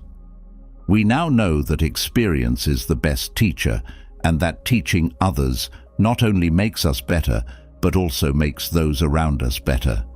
We've accepted that a growth mindset is what will help us keep getting better, and we've also realized that waiting is the trait that will help us keep going and win. I went through a pretty hard time in my life for a while, working hard every day at a job that didn't make me happy. Besides having to deal with difficult co-workers and a rough relationship, I had to deal with a lot of different people telling me what to do and what not to do. I honestly felt pretty bad about everything because I knew I was losing control of my life. I felt like I was in the middle of a never-ending hard fight every day. One of those days, I was browsing YouTube without a plan when I came across an interesting video called How Stoicism Can Transform Your Life. It was based on a book by modern philosopher Ryan Holiday. That's when I learned about Stoicism, which I'm very thankful for. Without planning to, I started to use its ideas in my daily life, learning the topic more and reading different books. That's when things changed in my life. I read more than a dozen books on the subject and became so interested in this philosophy that I chose to share it with other people. Anxiety and stress were transformed into inner peace and calmness. I was able to make decisions that were more in line with my morals and good qualities. The most important thing was that I started to see more value in each day. The next thing I want to do is talk about how Stoicism can change your lives. Let's look at what this philosophy is based on and how it can be used in the modern world. We'll also talk about how these ideas can help you face the task of making your life more meaningful again. I therefore invite you to stay with me until the end of this video if you are ready to embark on this journey of self-discovery and transformation through Stoicism. It's going to be one of the most thought-provoking videos on this site. Let us begin my journey into Stoicism, which will be a light in the darkness of my life.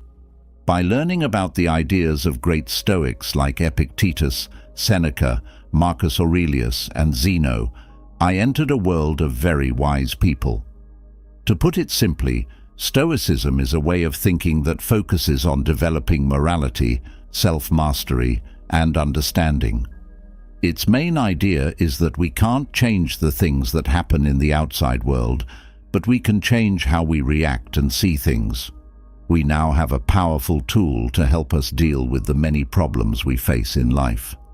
One important part of Stoicism is being able to tell the difference between what we can change, like our thoughts, actions, and decisions, and what we can't, like outside events and other people's points of view. Stoicism teaches us that we should focus our efforts on things we can change instead of things that can't be changed. However, this philosophy goes beyond just ideas. It gives us practical ways to live our daily lives that help us deal with stress, worry, and depression, make decisions, and find real, lasting happiness. In this video, we'll talk about Stoicism's main ideas and how they can be used in real life. We will talk about how important it is to follow our core values, such as morality, courage, acceptance, and acting in a way that is consistent with those values.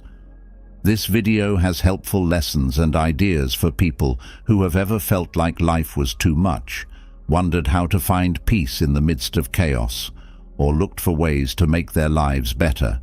Being stoic could be the key to a fresh start in your life and lead to a fuller, more meaningful existence. That being said, it's important to remember that this philosophy is only meant to help you. You are the one who needs to take action. You must also participate in this transformation. No philosophy can fully change you. Imagine that you could put your life back on track by pressing a button that would erase everything. Are you going to do it? Restarting doesn't always mean ignoring or forgetting the past. In fact, it's about learning from past mistakes and using that knowledge to make the future better and happier.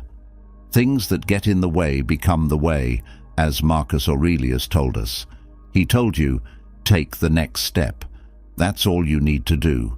You can start over, but you have to find the right mix between learning from your mistakes and moving on with new hope.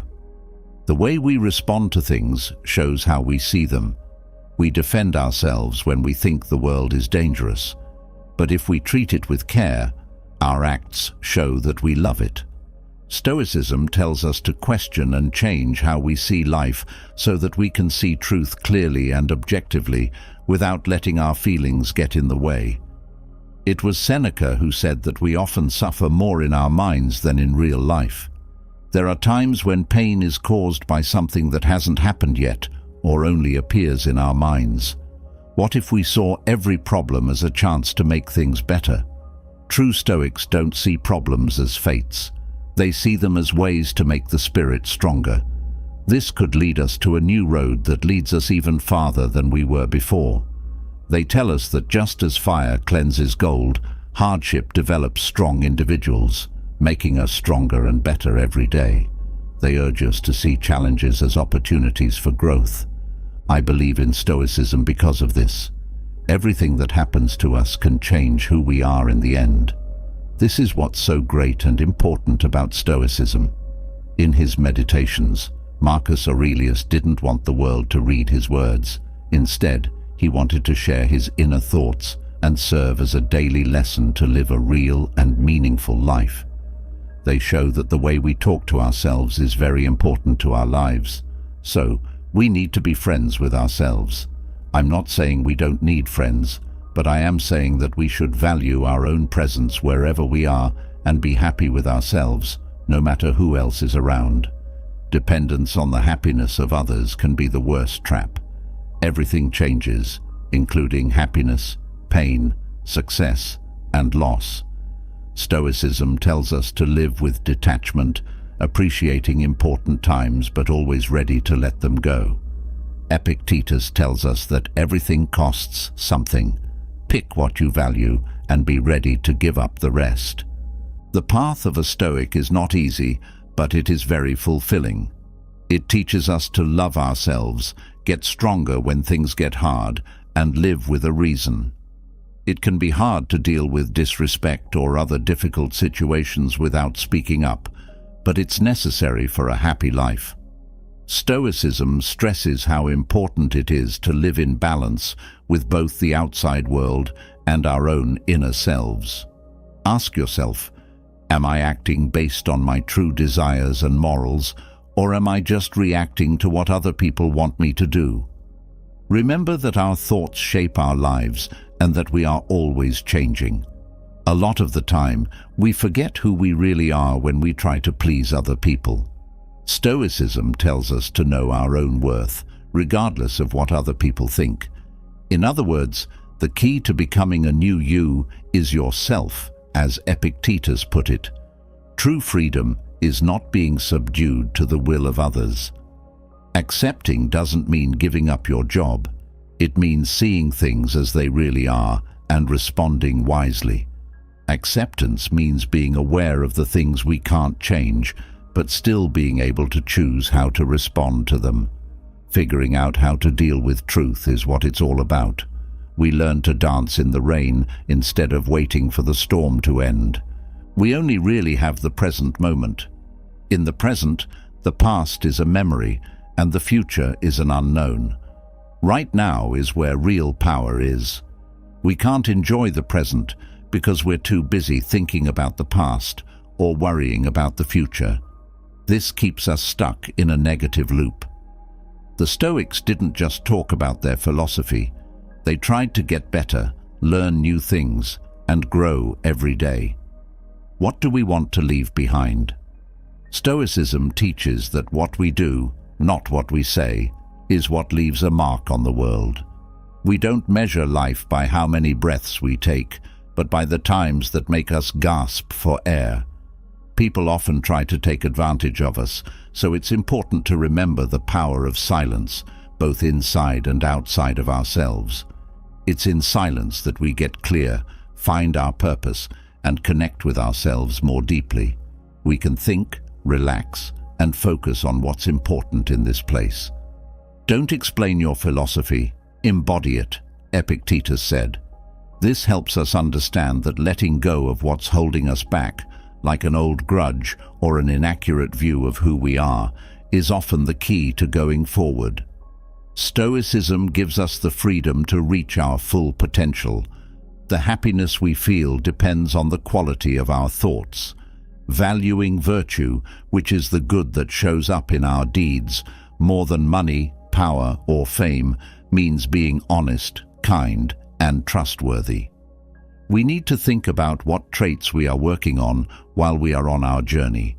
We shouldn't ignore the problems that come up in life. Zeno of Citium says, "It's not that we have a short time to live, but that we waste much of it on trivialities."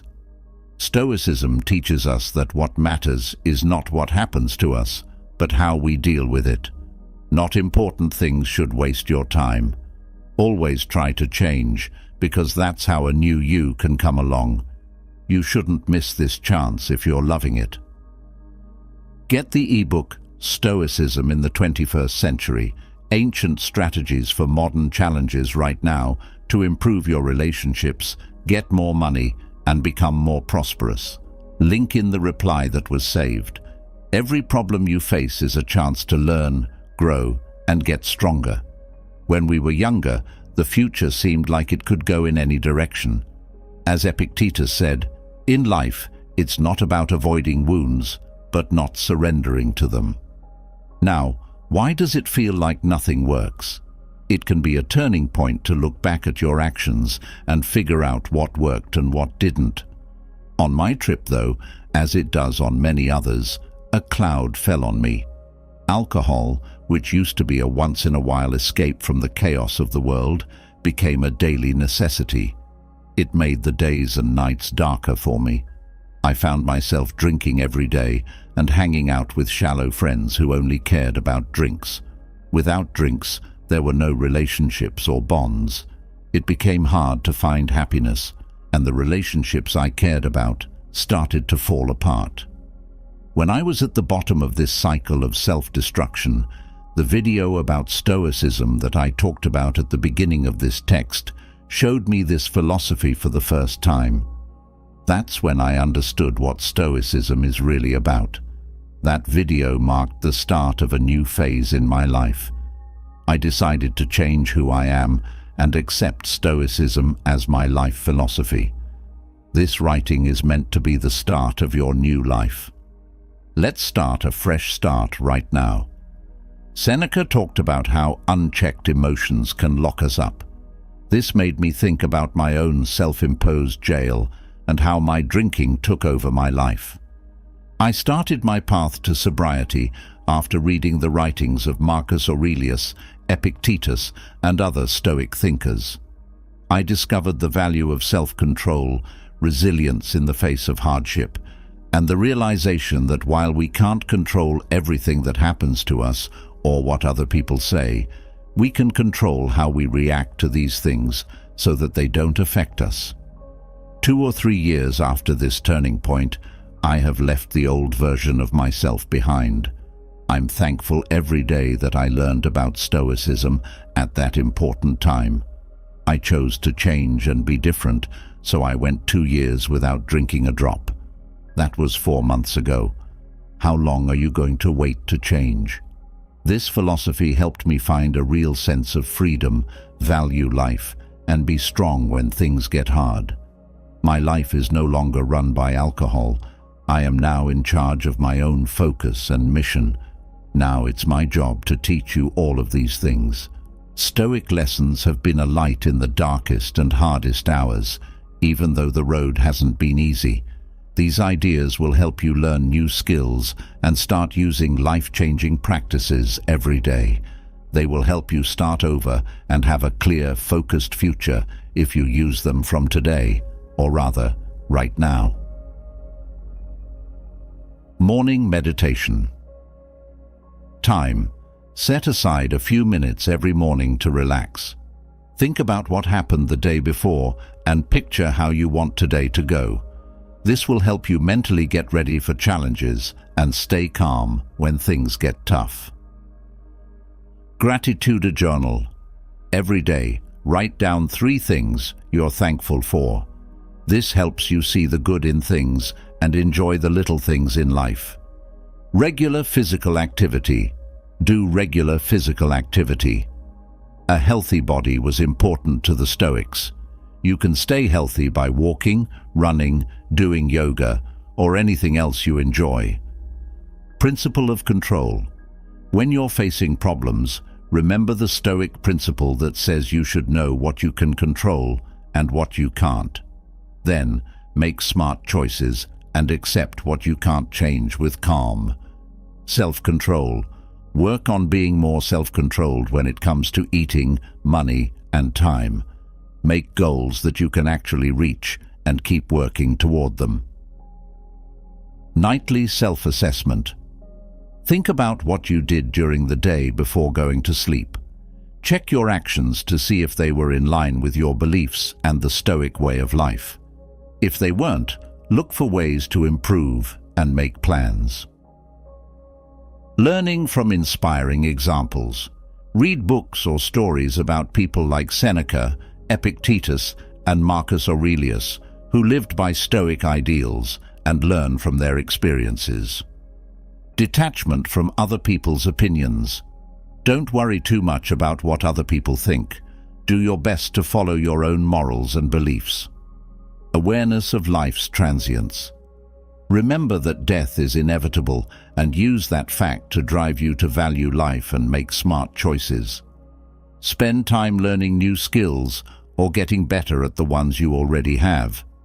In Stoicism, growing as a person is important because it gives you more confidence to face obstacles. Accepting what you can't change. Know that what happens to you won't hurt you unless you let it. Accepting what you can't change makes you less stressed. Value authenticity in relationships. Look for relationships based on values that are real and good for both people. Reading philosophical texts every day. Make a promise to read philosophical texts or works by Stoic writers every day and think about how they can apply to your life. Thoughts on death. Take some time to think about your own death. This will help you put your daily worries in perspective and appreciate the time you have. Developing positive self-respect. Instead of judging yourself for things you can't change, deal with problems with self-compassion and drive. Altruism and community involvement. To feel more meaning and satisfaction, look for ways to help others without asking anything in return. Remember that Stoicism takes practice all the time and doesn't promise instant results. But if you stick with it, these habits can change your life and mindset over time. When things go wrong, remember that the obstacle is the way. Use problems to learn and grow, keep your wants and feelings in check, and develop emotional self-discipline. For your mental and emotional health, learn to empathize, control your bad urges, and set healthy limits. Stoicism offers a potent way for personal transformation. In conclusion, from this old philosophy, we've talked about a number of daily routines that can help you develop self-discipline, resilience, and peace in your daily life. It is important to write down everything important in this book, as this will help you grow. Some of the practices are morning meditation, kindness, and helping others. These give people the tools they need to deal with problems calmly and clearly, but the important thing is to act. Marcus Aurelius said, "Take the first step." It's not enough to know these ideas, you need to use them every day. Begin right now. Pick one or more of these habits and watch how your outlook and health change over time. As we conclude our exploration into the Stoic approach to becoming a better person, it's clear that the journey is both profound and enduring. Stoicism doesn't just provide a set of rules to follow. It offers a way of life that encourages us to reflect deeply on our values, actions, and the impact we have on the world around us. The path to goodness, as outlined by Stoicism, is paved with self-awareness, discipline, and a commitment to living virtuously in every moment. Remember, the quest to be a good person is a continuous process of learning and growth. It involves embracing challenges as opportunities for development, practicing gratitude for what we have, and extending kindness and understanding to others. By applying Stoic principles, we equip ourselves with the tools to remain steadfast and serene in the face of life's inevitable ups and downs. Let this exploration serve as a foundation upon which you can build a richer, more meaningful life. May you carry forward the wisdom of Stoicism, applying its teachings to cultivate virtue, resilience, and peace within. As you move forward, keep in mind that being a good person is not just about how we act, but who we are at our core. Continue to strive for excellence in character, and let your journey towards goodness enrich not only your own life, but also the lives of those around you.